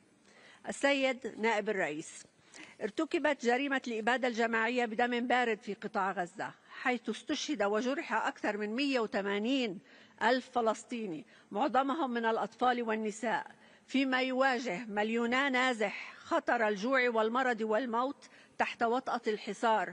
دمرت المستشفيات والمدارس وقصفت أماكن العبادة وكل البنى التحتية، دافع المجتمع بأسره نحو كارثة إنسانية غير مسبوقة. وأمام هول هذه المجازر أصدرت محكمة العدل الدولية 3 أوامر احترازية في يناير ومارس ومايو 2023 رداً على الدعوى المقدمة من جنوب إفريقيا. وفي الضفة الغربية تتواصل الإعدامات الميدانية والاعتقالات التعسفية، ويستمر الاحتلال في هدم المنازل، بينما يزداد الاستيطان توسعاً لالتهام ما تبقى من الأرض الفلسطينية. تتزايد هجمات المستوطنين على المواطنين العزل تحت حماية جيش الاحتلال الذي يسهم في تأمينها. أيضاً هجر أكثر من 40 ألف فلسطيني قسراً من منازلهم في مخيمات اللجوء في جنين وطوباس وتلكرم، في أكبر عملية تهجير قسري تشهدها الضفة منذ عقود.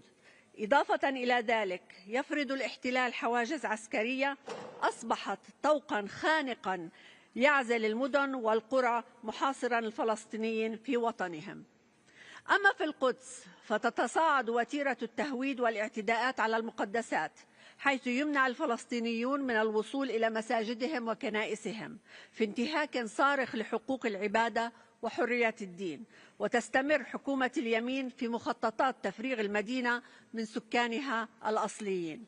وفي ظل هذه الجرائم البشعة يعاني الأسرى الفلسطينيون في معتقلات الاحتلال من أبشع أساليب التعذيب الهمجية، يتعرضون للضرب المبرح والإهانات اللفظية الهادفة لتدمير كرامتهم، إضافة إلى حرمانهم من الطعام والإهمال الطبي المتعمد. ويواجه باقي الأسرى انهياراً صحياً ونفسياً عميقاً نتيجة هذا التعذيب المتواصل في انتهاك صارخ لكل القيم الإنسانية. وبالتوازي تتعرض وكالة الأونروا لهجمة شرسة تستهدف إنهاء دورها وتقويضها، باعتبارها شريان الحياة لأبناء شعبنا في كافة أماكن اللجوء. الأمر الذي يتطلب موقفا دوليا بأنه لا بديل لها ولدورها الآن وفي المستقبل، ولا تقليص لمهامها أو إضعاف لتمويلها، إلى حين تحقيق حقوق اللاجئين الفلسطينيين في العودة لوطنهم استنادا للقرار 194. السيد نائب الرئيس، اسمحوا لي أن أتقدم بالتهنئة لدولة سويسرا على توليها رئاسة مجلس حقوق الإنسان، وأن أعبر عن بالغ امتناننا لجهودها المتواصلة في تنظيم مؤتمر الأطراف السامية لاتفاقية جنيف، ونأمل أن تثمر مخرجات هذا المؤتمر عن توجيه التزامات واضحة للدول الأطراف تفرض عليها مسؤولياتها في احترام القانون الدولي وإنهاء الاحتلال الإسرائيلي غير القانوني للأرض الفلسطينية. إن الأمن والاستقرار الدوليين لا يمكن أن يتحققا إلا بالتزام دولي جاد ومسؤول لتنفيذ حل الدولتين. وفي هذا السياق يشكل المؤتمر الدولي للسلام الذي سيعقد في نيويورك في منتصف حزيران المقبل تحت الرئاسة المشتركة للمملكة العربية السعودية وفرنسا فرصة تاريخية لبلورة رؤية جماعية تدفع باتجاه إنهاء الاحتلال والاعتراف الدولي الكامل بدولة فلسطين والحصول على عضوية كاملة في الأمم المتحدة، بما يضمن السلم والأمن في المنطقة استنادا إلى قرارات الشرعية الدولية، وعلى رأسها قرارات مجلس الأمن 242 و 338. وفي ظل المحاولات العديدة لإسكات صوت الحق، نجدد مطالبتنا للمجتمع الدولي بضرورة تعزيز دور مؤسسات العدالة الدولية بما فيها المحكمة الجنائية الدولية التي تتعرض لتهديدات وعقوبات بسبب سعيها الجاد لمحاسبة مجرمي الحرب. ونؤكد على ضرورة أن تقوم الدول بالوفاء بمسؤولياتها في هذه المرحلة التاريخية الفارقة، ونحيي تلك الدول التي وقفت بشجاعة في وجه آلة القتل والتدمير واتخذت مواقف أخلاقية وقانونية ثابتة، وأدانت بوضوح الجرائم المروعة المرتكبة بحق الأطفال والنساء والمدنيين العزل، ولم تكتفي بالتنديد بل سارت بخطى ثابتة نحو المحاكم الدولية مطالبة بتطبيق القانون الدولي وإنصاف الضحايا ومحاسبة مجرمي الحرب.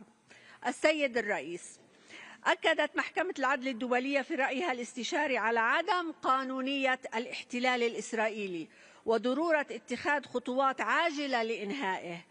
وفي ضوء هذا الوضع الخطير لا بد من وضع أجندة عملية مفصلة تحدد مسؤولية الدول في إنهاء هذا الاحتلال الجائر ووضع حد للجرائم ضد الإنسانية والمشاريع التوسعية، بحيث تشمل تطبيق الرأي الاستشاري للمحكمة وتنفيذ القرارات الصادرة عن هذا المجلس بحظر شامل لتجارة الأسلحة مع الاحتلال ووقف جميع التعاملات التجارية مع المستوطنات غير القانونية.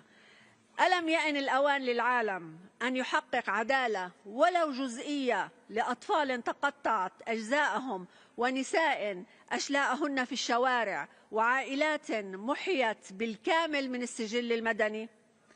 إن دولة فلسطين ملتزمة بتطبيق القانون الدولي والعمل مع كافة المنظمات الدولية المختصة والشركاء لإحلال السلام والعدالة. لا مجال للانتظار أو التأجيل، حان الوقت للتحرك الفوري لوضع حد نهائي للجرائم الممنهجة ضد الإنسانية وإنصاف الشعب الفلسطيني ومحاسبة المجرمين. وختاما نؤكد أن شعبنا سيواصل حياته في أرض آبائه وأجداده وسيواصل كفاحه المشروع من أجل الاستقلال، وحتما إن الاحتلال إلى زوال. شكرا.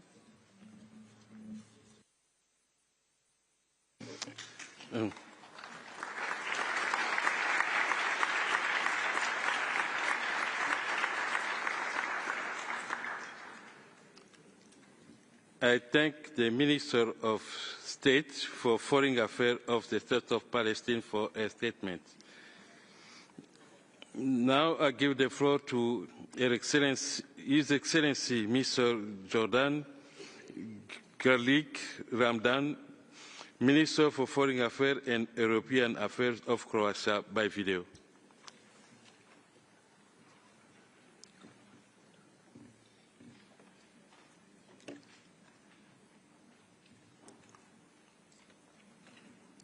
Mr. President, Mr. High Commissioner, distinguished colleagues, ladies and gentlemen, almost 8 years ago, the UN rose from the ashes of the World War II, representing a new commitment to global peace and security.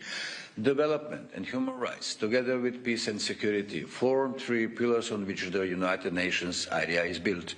More than ever, these three pillars are under threat, fueled by 120 armed conflicts worldwide. All this negatively affects the enjoyment of human rights, as well as the development of affected communities. Russian aggression against Ukraine is a clear example of obvious disregard of the UN Charter. Marking its 3rd anniversary, we see the cracks that war has left in the UN foundations. At the same time, the UN Charter upholds states' right to individual or collective self-defense in response to aggression. Croatia remains committed to supporting Ukraine in every aspect, bilaterally, internationally, raising its voice against the aggression. Numerous reports show that rules of international humanitarian law are often not respected. There is no place for torture in human civilization, yet there is credible evidence of torture of civilians and civilian detainees, prisoners of war, kidnapped children and others. The Human Rights Council has a role to play in ensuring accountability for grave violations of international humanitarian law, especially in situations in which the Security Council is blocked.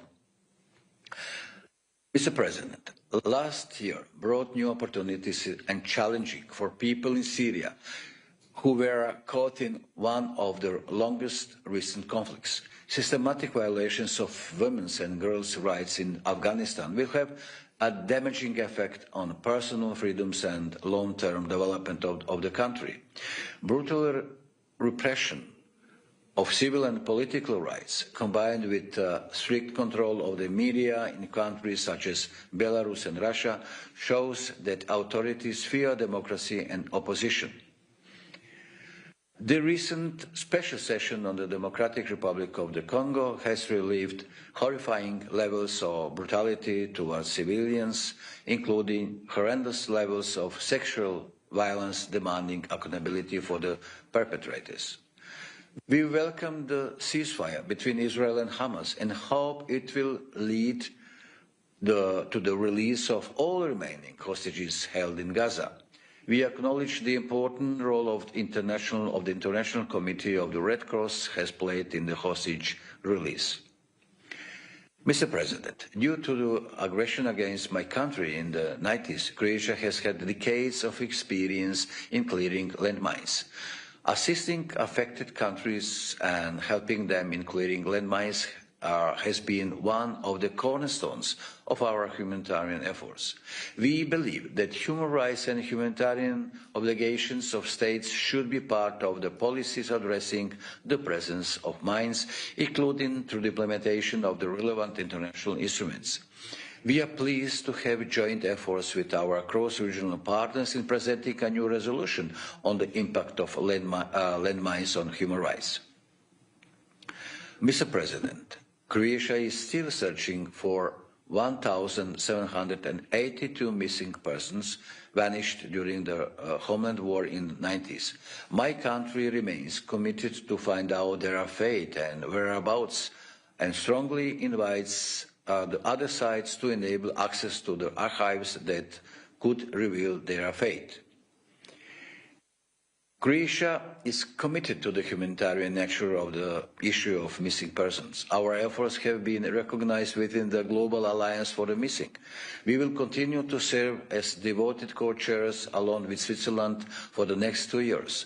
We are looking forward to the Universal Periodic Review later this year. We shall continue our work within the Human Rights Council and beyond on the universal promotion of these rights for all. Thank you.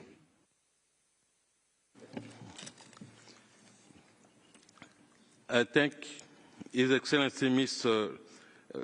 Jordan. And now I give the floor to Her Excellency Ms. Noura bint Mohammed Al-Kawi, Minister of State at the Ministry of Foreign Affairs of the United Arab Emirates.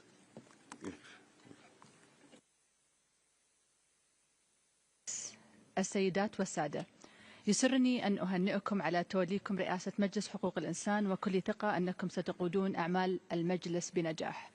ولا يفوتني أن أتقدم بالشكر لسلفكم سعادة السفير عمر زنبير على جهوده القيمة في إدارة أعمال المجلس، كما نثمن الدور الهام الذي يطلع به مكتب المفوضية السامية لحقوق الإنسان.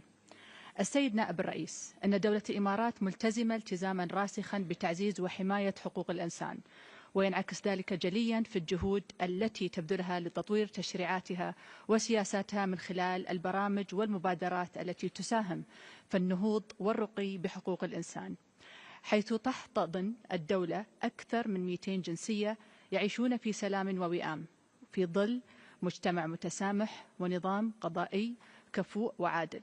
وقد كان عام 2024 حافلا بالعديد من التشريعات والقوانين التي تواكب التنوع السكاني الكبير في الدولة. فعلى الصعيد التشريعي اعتمدت الدولة تعديلات بشأن الأحوال الشخصية التي توفر إطارا قانونيا شاملا ومتكاملا لتنظيم مسائل الأحوال الشخصية، بالإضافة لإصدار قوانين اتحادية بشأن تنظيم المؤسسات العقابية في الدولة وبشأن الدعم والتمكين الاجتماعي. وتتصدر حماية الأسرة وتعزيز مكتسباتها سلم الأولويات في جميع السياسات والبرامج الحكومية، انطلاقا من قناعة بأن الأسرة تمثل نواة وطن متسامح وآمن ينعم جميع أفراده بالرفاهية والاستقرار. وفي هذا السياق أصدرت دولة الإمارات قوانين بشأن الحماية من العنف الأسري، وتهدف إلى حماية الأسرة من هذه المخاطر بما يحافظ على كيان الأسرة وترابطها الاجتماعي. ووفق هذا النهج أنشأت الدولة في ديسمبر 2024 وزارة الأسرة كي تعمل على بناء أسرة مستقرة ونشء قادر على البناء والإبداع. أن المجتمع القوي والمستقر يعني وطنا قادرا على تحقيق طموحاته ومواجهة تحدياته والتخطيط السليم للمستقبل، مقولة لصاحب السمو الشيخ محمد بن زايد آل نهيان رئيس الدولة حفظه الله. وفي تجسيد لهذه الرؤية أعلنت دولة الإمارات عن تخصيص عام 2025 ليكون عام المجتمع تحت شعار يدا بيد نحو مجتمع متماسك ومزدهر. كما تواصل دولة الإمارات وبخطى ثابتة جهودها في تمكين المرأة والمساواة بين الجنسين، حيث تتبوأ المرأة في وطن أرفع المناصب وتتواجد في مختلف مواقع القيادة العليا التي تتصل بوضع الاستراتيجيات واتخاذ القرار. وتتويجا لهذه الجهود حصلت دولة الإمارات على المرتبة 7 عالميا والأولى إقليميا في مؤشر المساواة بين الجنسين لعام 2024 الصادر عن برنامج الأمم المتحدة الإنمائي. السيد نائب الرئيس، يشكل التسامح أحد المبادئ التي رسختها قيادتنا الرشيدة منذ قيام الاتحاد، حيث جعل مؤسس الدولة الشيخ زايد بن سلطان آل نهيان طيب الله ثراه العدل والمساواة والتسامح واحترام الآخر نهجا لا يقتصر على الداخل فحسب، وإنما يحكم علاقات الدولة بالعالم. وفي هذا السياق اعتمد مجلس الأمن قرار تاريخيا رقم 2686 حول التسامح والسلام والأمن الدوليين، اشتركت في صياغته دولة الإمارات، ويقر للمرة الأولى بأن خطاب الكراهية والتطرف يمكن أن يؤدي إلى تفشي هذا الداء وتكرار النزاعات في العالم. السيد نائب الرئيس، تحرص دولة الإمارات على تعزيز تعاونها مع مختلف أجهزة ولجان الأمم المتحدة لحقوق الإنسان، وفي هذا الإطار أطلقت وبشراكة مع مكتب المفوضية السامية لحقوق الإنسان برنامجا تدريبيا يهدف لإعداد كادر وطني متخصص في مجال حقوق الإنسان. وفي منتصف ديسمبر 2024 استضافت الدولة المقررة الخاصة المعنية بالعنف ضد النساء والفتيات في إطار زيارة ميدانية أشادت خلالها بالجهود المبذولة والتقدم المحرز نحو مناهضة العنف ضد النساء والفتيات. كما تفخر دولة الإمارات بشغلها عضوية مجلس حقوق الإنسان ل3 فترات، وإذ تؤمن بالدور الهام الذي يطلع به في حماية هذه الحقوق على الصعيد العالمي، يسرني أن أعلن عن ترشح بلادي لشغل عضوية المجلس للفترة من 2028 إلى 2030، حيث نطلع إلى العمل مع كافة الدول لمعالجة قضايا حقوق الإنسان في جميع أنحاء العالم. السيد نائب الرئيس، تواجه منطقة الشرق الأوسط تحديات كبيرة تتطلب تكثيف الجهود الإقليمية والدولية الداعمة لتحقيق السلام الشامل. نضع نصب أعيننا رعاية الإنسان الذي عانى من الحروب والصراعات السياسية. وفي هذا الإطار نؤكد دولة الإمارات على موقفها التاريخي والثابت والراسخ تجاه صون حقوق الشعب الفلسطيني، وتشدد على ضرورة إيجاد أفق سياسي جاد يفضي إلى حل الصراع الفلسطيني الإسرائيلي وإقامة دولة فلسطينية مستقلة ذات سيادة وعاصمتها القدس الشرقية. توجه دولة الإمارات والأولوية القصوى لديها هي دعم الحلول السياسية المبنية على الحوار وتجنب المواجهات والتصعيد وتعزيز العمل الإغاثي والإنساني لرفع المعاناة عن الشعوب. وفي الختام أؤكد لكم عزم دولة الإمارات على مواصلة جهودها نحو تعزيز وحماية حقوق الإنسان والعمل مع الدول الأخرى ومن خلال الأمم المتحدة للارتقاء بحقوق الإنسان في كافة أنحاء العالم. وشكرا السيد نائب الرئيس. I thank you, Your Excellency, for a statement. And now I give the floor to Mr. Endrit Aizeraj, Deputy Minister for Europe and Foreign Affairs of Albania. Excellency, you have the floor.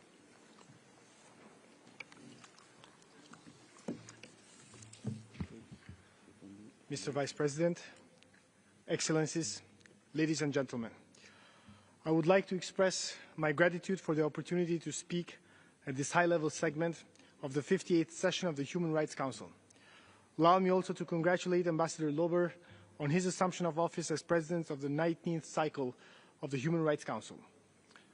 The Universal Declaration of Human Rights, adopted 77 years ago, stands as a remarkable achievement, reflecting shared values of equality, dignity, and justice.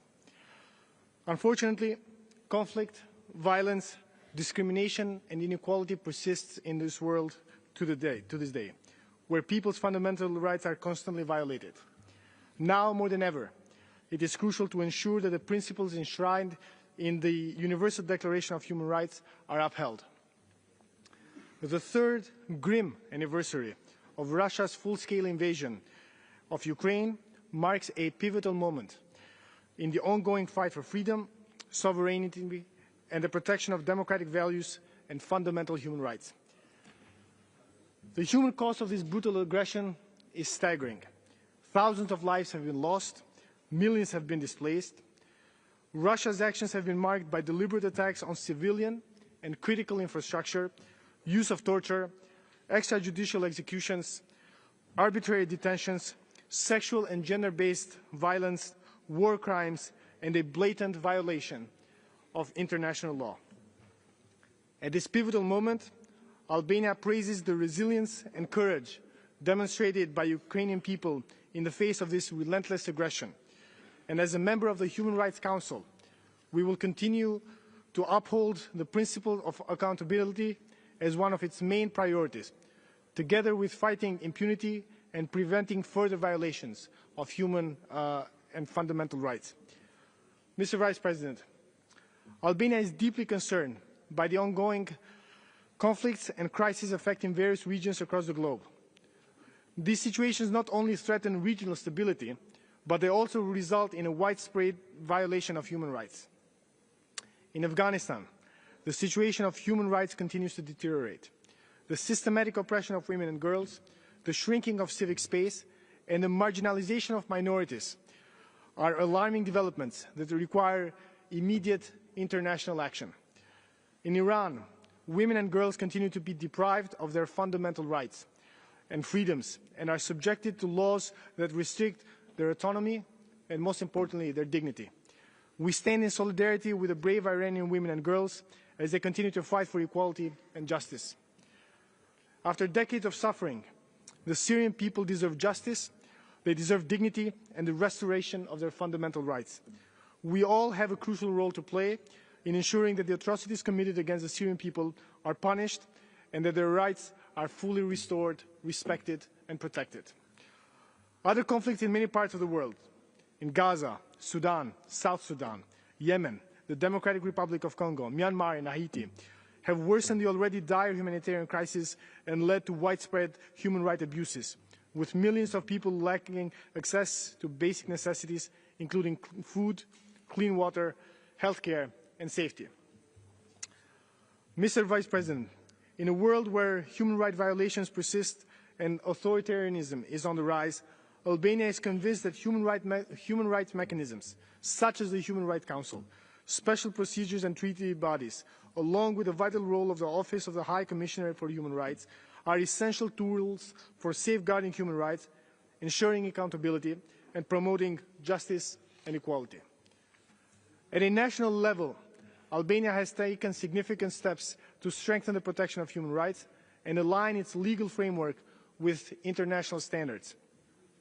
We have adopted policies that respect the rights of all individuals, regardless of origin, nationality, ethnicity, gender, religion, age, belief, and other individual differences. Gender equality has been a key priority in recent years, with significant progress in empowering women and girls and placing them at the core of sustainable development. We're equally committed to defending minority rights and promoting social inclusion, while also safeguarding their cultural heritage. We remain steadfast in supporting civil society and human rights defenders, recognizing their critical role in driving positive change across societies. We remain committed to promoting, protecting, and fulfilling the rights of children at home and abroad. Albania will continue to advocate for the protection of refugees, migrants, and stateless persons. We must also ensure that older persons are not left behind. It is our responsibility to ensure that they enjoy the same rights, dignity, and respect for life as everyone else. Mr. Vice President, Albania firmly believes that human rights are the cornerstone of peace, stability, and sustainable development.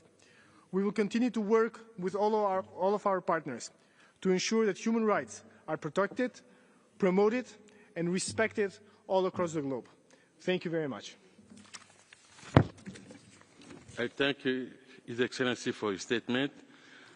And now I give the floor to Her Excellency Esmeralda Mendoza, Secretary of State for External Relations of Angola. Excellency, you have the floor.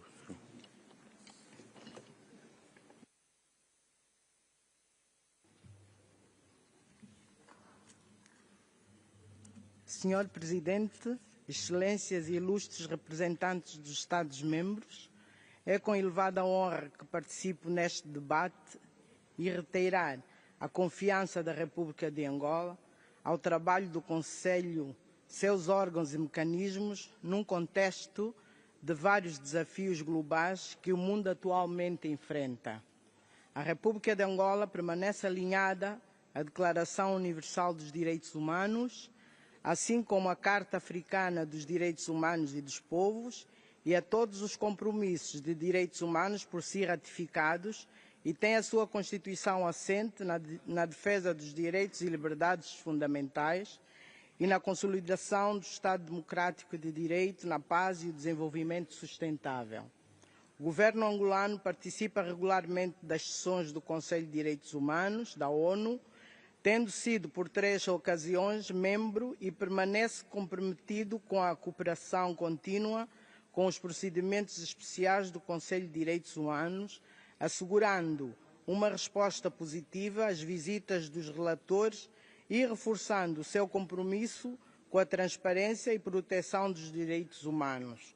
A título de exemplo, destacamos a visita que a perita independente sobre os efeitos da dívida externa efetuou a Angola em maio de 2024, cuja apresentação do relatório decorre durante os trabalhos da presente sessão do Conselho. O ano de 2025 é muito especial para Angola pelo facto de assumirmos a presidência pro tempore da União Africana e comemorarmos 50 anos da independência nacional. Recordo as palavras do secretário-geral António Guterres, há exatamente um ano atrás, neste mesmo Conselho, sobre a relação intrínseca entre os direitos humanos e a paz, ao declarar que os direitos humanos são a base da paz e que o caminho para a paz começa com o pleno respeito por todos os direitos humanos e com a construção de uma cultura de direitos humanos, evocamos estas linhas para realçar a nossa atuação junto da União Africana, em que assumimos a presidência. A quando a sua assunção como Presidente da União Africana, Sua Excelência Presidente João Gonçalves Lourenço declarou atribuir uma importância central às questões da paz e segurança, que constituem os principais pressupostos das aspirações da Agenda 2063 da União Africana e do programa que estabelece o silenciar das armas até 2030, com vista a transformar a África numa região pacífica, segura, confiante num futuro promissor e de prosperidade para todos os africanos e colocar o continente na rota do desenvolvimento. Neste contexto, Angola encoraja as Nações Unidas, bem como os seus membros e órgãos, inclusive o Conselho dos Direitos Humanos, a conjugarem esforços para a efetivação do desenvolvimento da paz e dos direitos humanos em África e em todas as regiões do mundo. Senhor Presidente, com o início do ciclo político liderado pelo Presidente João Manuel Gonçalves Lourenço, os direitos humanos assumiram outra dimensão e atenção, tendo resultado na melhoria significativa da situação geral dos direitos humanos. Em 23 de janeiro de 2025, Angola participou no 4º ciclo da Revisão Periódica Universal e recebeu diversas recomendações dos Estados-membros, abrangendo áreas cruciais como a saúde, educação e proteção de grupos vulneráveis. Muitas das recomendações recebidas estão em linha com o Plano Nacional de Desenvolvimento 2023-2027, os programas e prioridades nacionais concebidos para reforçar o Estado de Direito, as instituições e a melhoria dos índices de desenvolvimento humano, a educação para os direitos humanos, a participação e a igualdade e a transparência e o combate à corrupção. Durante o diálogo interativo, Angola enfatizou o compromisso do país com os princípios universais de direitos humanos e a implementação de políticas que consolidam o progresso em áreas prioritárias.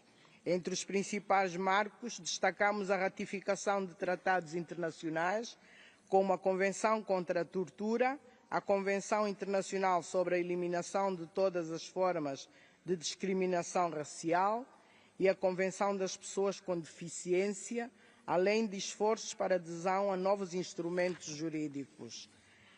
Neste contexto, aproveitamos essa oportunidade para agradecer ao Grupo de Trabalho e aos seus Estados-membros que construtivamente efetuaram recomendações a Angola e consideram os relatores apresentados.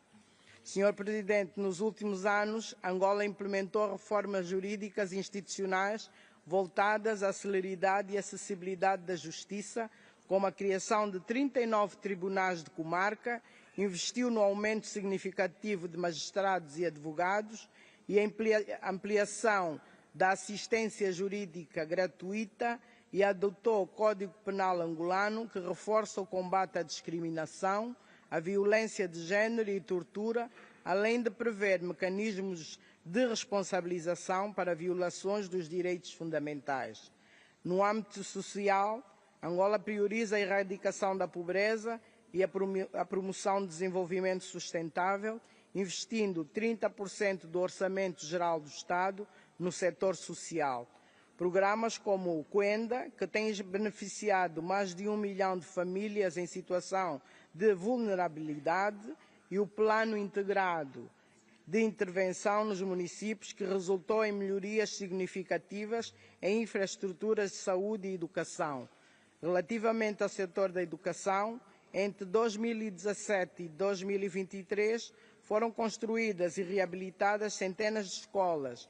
O governo angolano prometeu iniciativas para combater o abandono escolar, com ênfase na inclusão de crianças e jovens em situação de fragilidade, especialmente meninas, e na ampliação de programas como merenda escolar, bolsas de estudo para jovens. No setor da saúde, entre 2017 e 2023, foram construídas e reabilitadas 629 unidades sanitárias. O aumento no acesso aos cuidados primários resultou em avanços significativos, como a redução da mortalidade infantil e materna, além da expansão da rede de unidades sanitárias e da formação de profissionais de saúde. Quanto aos refugiados, Angola acolhe mais de 52 mil refugiados sob proteção internacional, assegurando o seu acesso a serviços básicos, incluindo educação, assistência médica e implementação do registro biométrico para garantir os seus direitos. Essas ações demonstram o compromisso de Angola em promover o bem-estar social e a inclusão dos refugiados, aliando-se aos padrões internacionais de direitos humanos. Angola entende que colocar o respeito pelos direitos humanos no centro das políticas públicas é a melhor forma de garantir o bem-estar comum de todos os cidadãos. Para terminar, reafirmamos o nosso compromisso com o Conselho de Direitos Humanos e o Alto Comissariado das Nações Unidas para os Direitos Humanos, bem como a Agenda de Desenvolvimento 2030 das Nações e a promoção e proteção dos direitos humanos a nível interno e externo, de acordo com os padrões internacionais. Muito obrigada, Sr. Presidente. I thank Her Excellency for her statement. And now I give the floor to His Excellency Mr. Alejandro Solano Ortiz, Vice Minister of Multilateral Affairs of Costa Rica.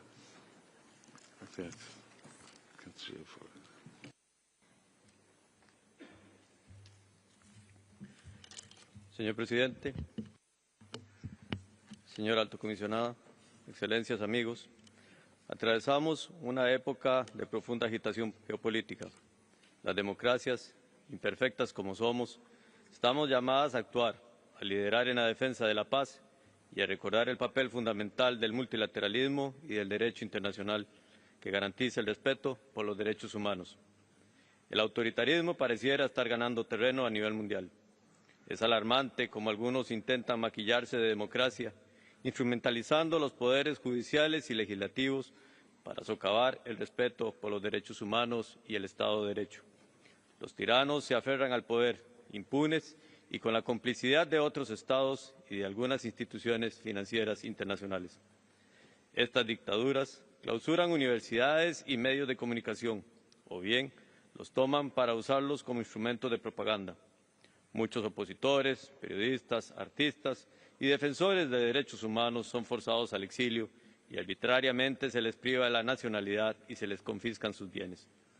Presenciamos conflictos armados y anexiones territoriales ilegítimas, masacres de civiles por grupos extremistas y denuncias de crímenes contra la humanidad perpetrados por Estados miembros de la ONU, en ocasiones en colaboración con mercenarios.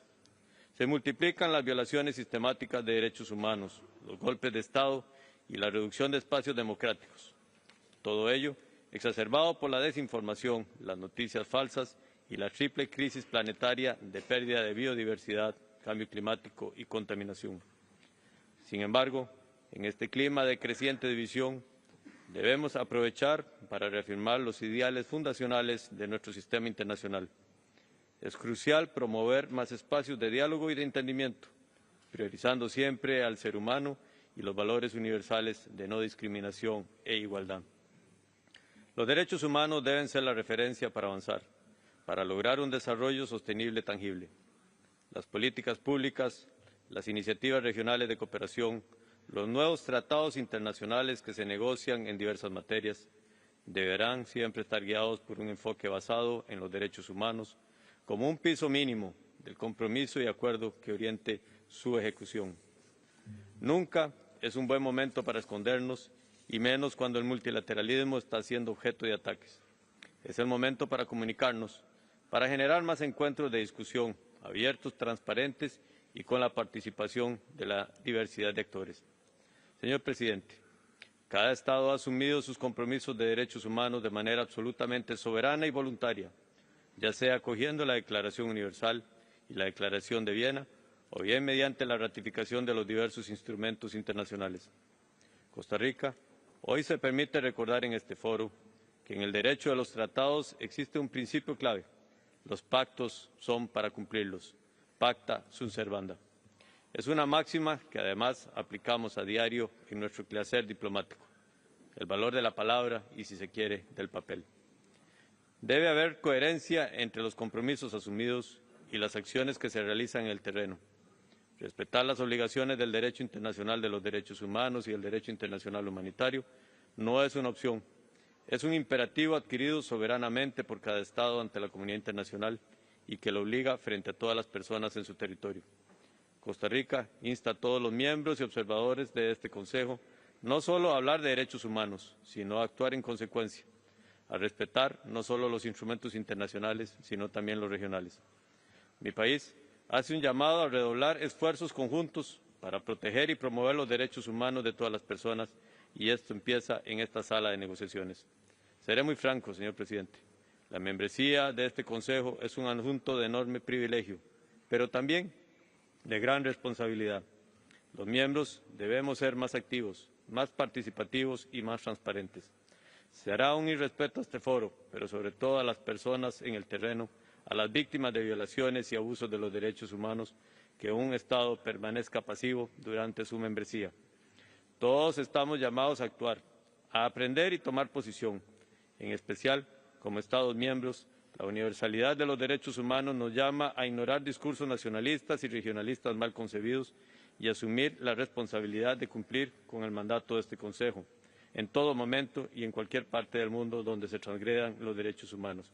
Esta es la valentía que se necesita para multiplicar el ya demostrado poder transformador de este Consejo. El mundo hoy nos demanda proactividad, compromiso y consecuencia con nuestras obligaciones. Como señaló la activista haitiana Jean Dominique, no se puede matar la verdad, no se puede matar la justicia, no se puede matar aquello por lo que luchamos cada día. Muchas gracias. I thank His Excellency for his statement.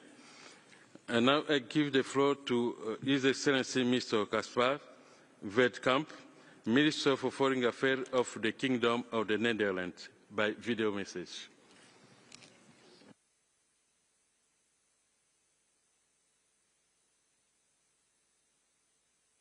Your Excellencies, ladies and gentlemen, the world is in turmoil and the protection of universal human rights is under threat. In recent years, freedom of expression and freedom of religion have continued to decline. More journalists were killed in 2024 than in any previous year. And we're all aware of the deplorable humanitarian situation in Ukraine, Sudan, Eastern Congo, Gaza, Myanmar, and other places. Yesterday, we marked the grim 3-year anniversary of Russia's full-scale invasion of Ukraine.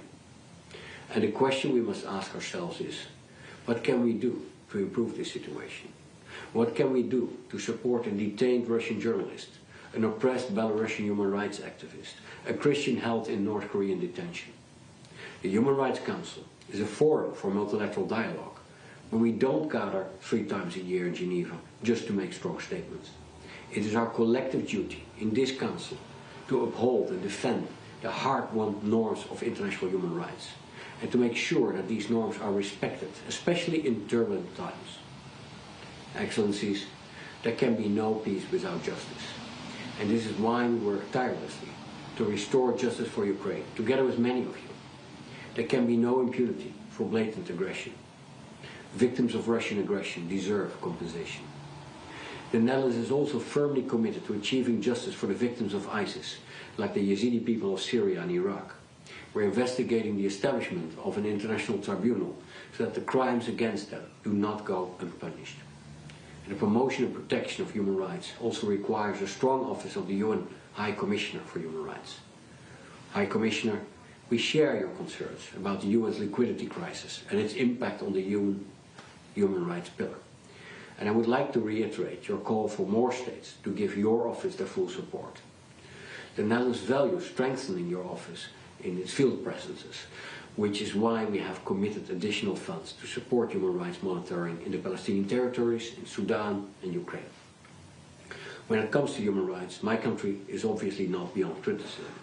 We all need an independent perspective to see where things need to be improved.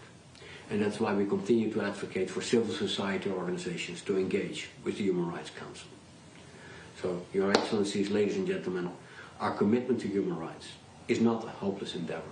There are signs of hope, like in Syria, where an opportunity for a more peaceful and inclusive society exists. Across the world, people are demanding universal human rights, and we have a responsibility to strengthen their voices. Please be assured that the Netherlands remains your partner in promoting and protecting human rights. Thank you. I thank His Excellency for the statement. Now I give the floor to Ms. Mirjana Spoljaric, President of the International Committee of the Red Cross.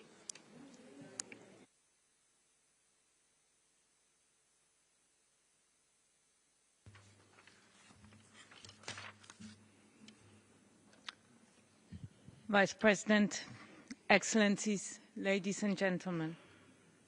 Today, violations that were once considered abhorrent have disturbingly become normalized in conflicts around the world. I stand before you to remind us of an undeniable truth. Every patient killed in a hospital bed, every family buried under the rubble of their home, every hostage stolen from their loved ones, and every prisoner tortured and deprived of basic dignity. Every city leveled and every village destroyed. These are not unfortunate realities of war. They are a betrayal. We must not become numb to the fact or that fact, or we risk sleepwalking into a world where the barriers that once restrained brutality in war are removed. The scale of suffering we witness is not inevitable. It is the direct result of dismissive interpretations of international humanitarian law. But people have the power to change course. It will require, though, courage and leadership to move past political divisions and recommit to the fundamental belief that human life must transcend political divides, both in war and in peacetime. Excellencies, together, international humanitarian law and international human rights law share a common goal: to protect human life, health and dignity, no matter what country you were born in or what side of the front line you live on. These bodies of law are mutually reinforcing. They need one another. The erosion of respect for one contributes to the erosion of the other. In war, how can the right to health be fulfilled if hospitals are bombed? How can the right to food prevent hunger if crops are destroyed? How can children see their right to education come true if schools are attacked? There's no right to life when civilians and the infrastructure that they rely on for survival are systematically targeted. International humanitarian law exists to protect them in times of war. The way wars are fought today will inform the way they are fought tomorrow. Where basic humanitarian rules are violated, rebuilding costs skyrocket and new security threats arise. We can choose a different path, one that promotes life, stability and prosperity. This starts with committing to international humanitarian law and making it a political priority. The ICRC, together with Brazil, China, France, Jordan, Kazakhstan and South Africa, in September launched a global initiative to revive political commitment to international humanitarian law. Many states have since joined, and I hope that many more will continue to do so. Mr. Vice President, at this time of tectonic political shifts, the pressure for humanitarian organizations to pick a side is at a fever pitch. We, as the ICRC, will not bend to it. If we did, we would lose our ability to help people on all sides in the world's most contentious theatres of armed conflict. States do not need to be neutral, but they need the ICRC to fulfill the role. A neutral humanitarian body is a vital feature of the international peace architecture, and without which the entire system is weaker. It is by upholding our strict impartiality and confidentiality that we ensure our ability to stand for humanity. I thank you. We thank the President of the International Committee of the Red Cross for her statements. And now we give the floor to Mr. Alain Berset, Secretary General of the Council of Europe. Vous avez la parole.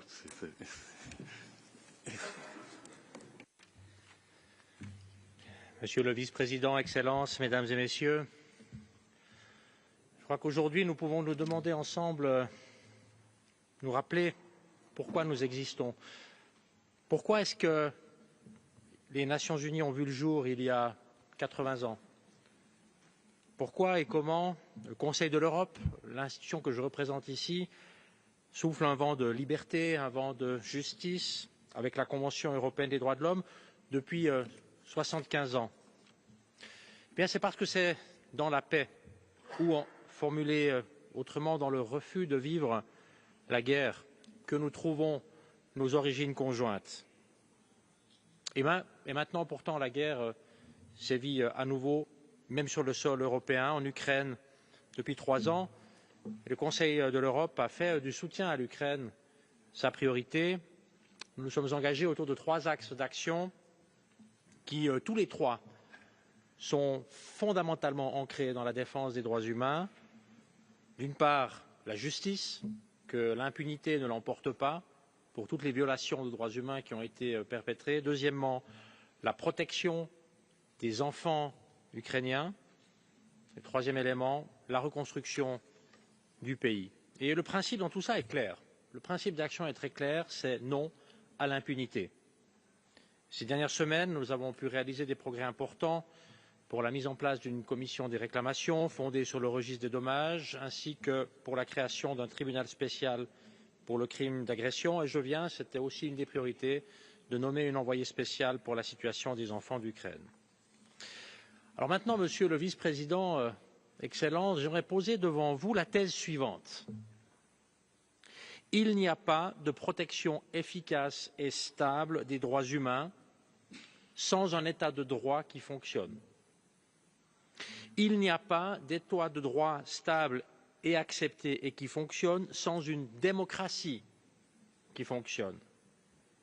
Et il n'y a pas de démocratie sans un investissement massif dans l'éducation et sans que toutes et tous acceptent de jouer dans les règles du jeu démocratique.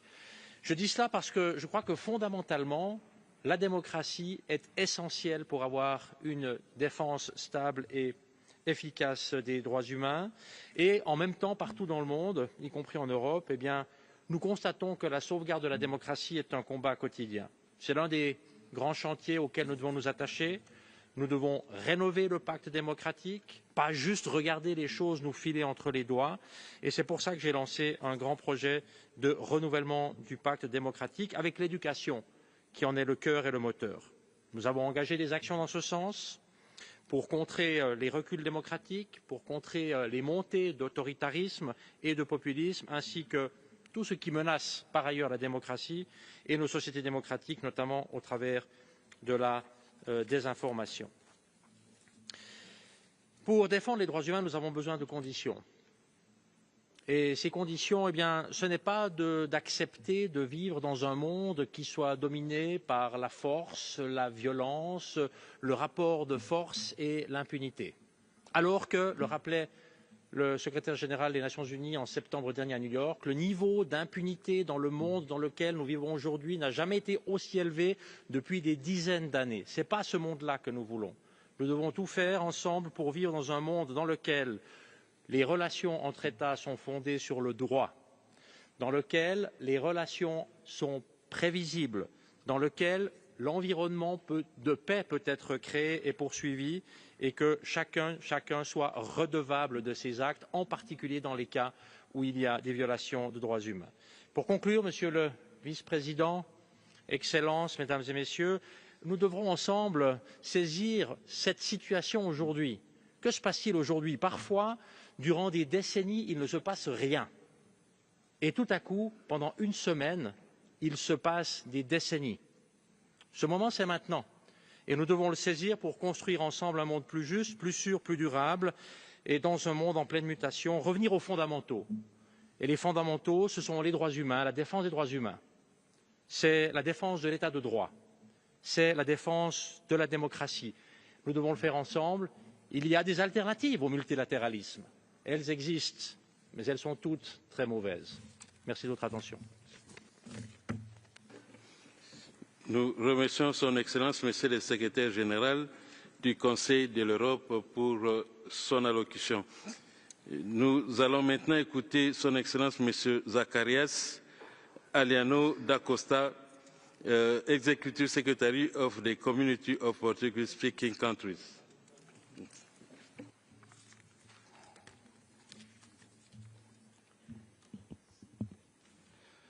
Senhor Vice-Presidente, Excelências, minhas senhoras e meus senhores, é uma honra dirigir-me a este respeitável Conselho num momento determinante para a proteção e promoção dos direitos humanos em todo o mundo. Os princípios de universalidade, indivisibilidade e interdependência dos direitos humanos têm sido crescentemente objeto de constantes questionamentos e ameaças. Conflitos armados, discriminação, perseguição e desigualdade social, alterações climáticas e crises humanitárias têm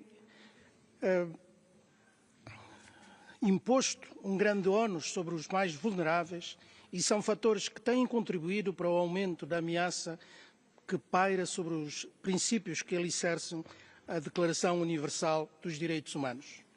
Por isso, em tempos de desafios globais sem precedentes, a nossa responsabilidade coletiva de garantir a dignidade e os direitos fundamentais de todas as pessoas é mais urgente que nunca. É nossa responsabilidade, enquanto membros da comunidade internacional, reafirmar o nosso compromisso inabalável com a defesa dos direitos humanos, sem relativizações ou concessões. Senhor Vice-Presidente, Excelências, a Comunidade dos Países de Língua Portuguesa, CPLP, tem demonstrado a sua dedicação quanto à promoção dos direitos humanos, reforçando a cooperação multilateral e fomentando iniciativas que visam fortalecer o desenvolvimento sustentável, a justiça social e a equidade. A importância fundamental dos direitos humanos e o seu primado são um princípio que está inscrito de forma inequívoca na nossa Declaração Constitutiva e nos nossos estatutos, refletindo o compromisso de todos os nossos Estados com a dignidade e o respeito pelos direitos dos indivíduos. A CPLP tem se esforçado para garantir que a paz, o multilateralismo e o respeito pelos direitos humanos sejam promovidos ativamente em suas ações. Com o objetivo de fortalecer ainda mais a nossa cooperação, a CPLP tem trabalhado para melhorar a capacitação dos nossos Estados-membros, com o apoio do Sistema das Nações Unidas, no sentido de aprimorar a apresentação de relatórios aos mecanismos dos tratados internacionais de direitos humanos, incluindo a revisão periódica universal. Por outro lado, o compromisso integral da CPLP com a abolição da pena de morte e a criação de uma rede interministerial de direitos humanos são exemplos concretos desse empenho. Esta rede foi criada com o propósito de aprofundar ainda mais a temática dos direitos humanos no espaço da CPLP e promover um trabalho colaborativo mais robusto. Esperamos contar com o apoio e cooperação do Alto Comissariado das Nações Unidas para garantir a melhor estruturação e operacionalização desta rede e o seu sucesso. Excelências, na CPLP temos sido muito sensíveis à emergência climática que enfrentamos e que afeta diretamente os direitos fundamentais das nossas populações. A presidência em exercício da CPLP, que tem como tema juventude e sustentabilidade, reflete nossa responsabilidade enquanto cidadãos, decisores e governantes com o combate às alterações climáticas, à perda da biodiversidade e à degradação ambiental, que representam uma ameaça existencial não apenas para as gerações futuras, mas também para as atuais. Este Conselho tem um papel fundamental em assegurar que nenhum direito seja tratado como secundário e que nenhuma violação permaneça impune. É com este espírito de urgência e compromisso que a CPLP está a promover um debate interno sobre o reconhecimento do conceito de clima estável como um objeto jurídico no direito internacional. Acreditamos que essa reflexão é inovadora e queremos incluir nela outros parceiros de desenvolvimento para que juntos possamos enfrentar os desafios que nos esperam. Senhor Vice-Presidente, Excelências, em nome dos valores e ideais que procuram relativizar as conquistas e os avanços que conseguimos até aqui, assistimos diariamente ao respeito e à violação das liberdades mais fundamentais. Em face disso, a CPLP une-se àqueles que alertam para o facto dos direitos humanos estarem efetivamente em perigo. Por isso, celebramos e apoiamos o trabalho deste Conselho, que tem sido incansável na denúncia e no alerta constante sobre as violações que persistem em várias partes do mundo. Agradeço a todos aqueles que, de forma incansável, trabalham diariamente pela defesa dos direitos humanos e que se encontram comprometidos com um futuro mais justo para todos. Com o vosso exemplo inspirador, vamos continuar a transcender discursos e conseguir avançar com políticas concretas, comprometidas e eficazes. Muito obrigado.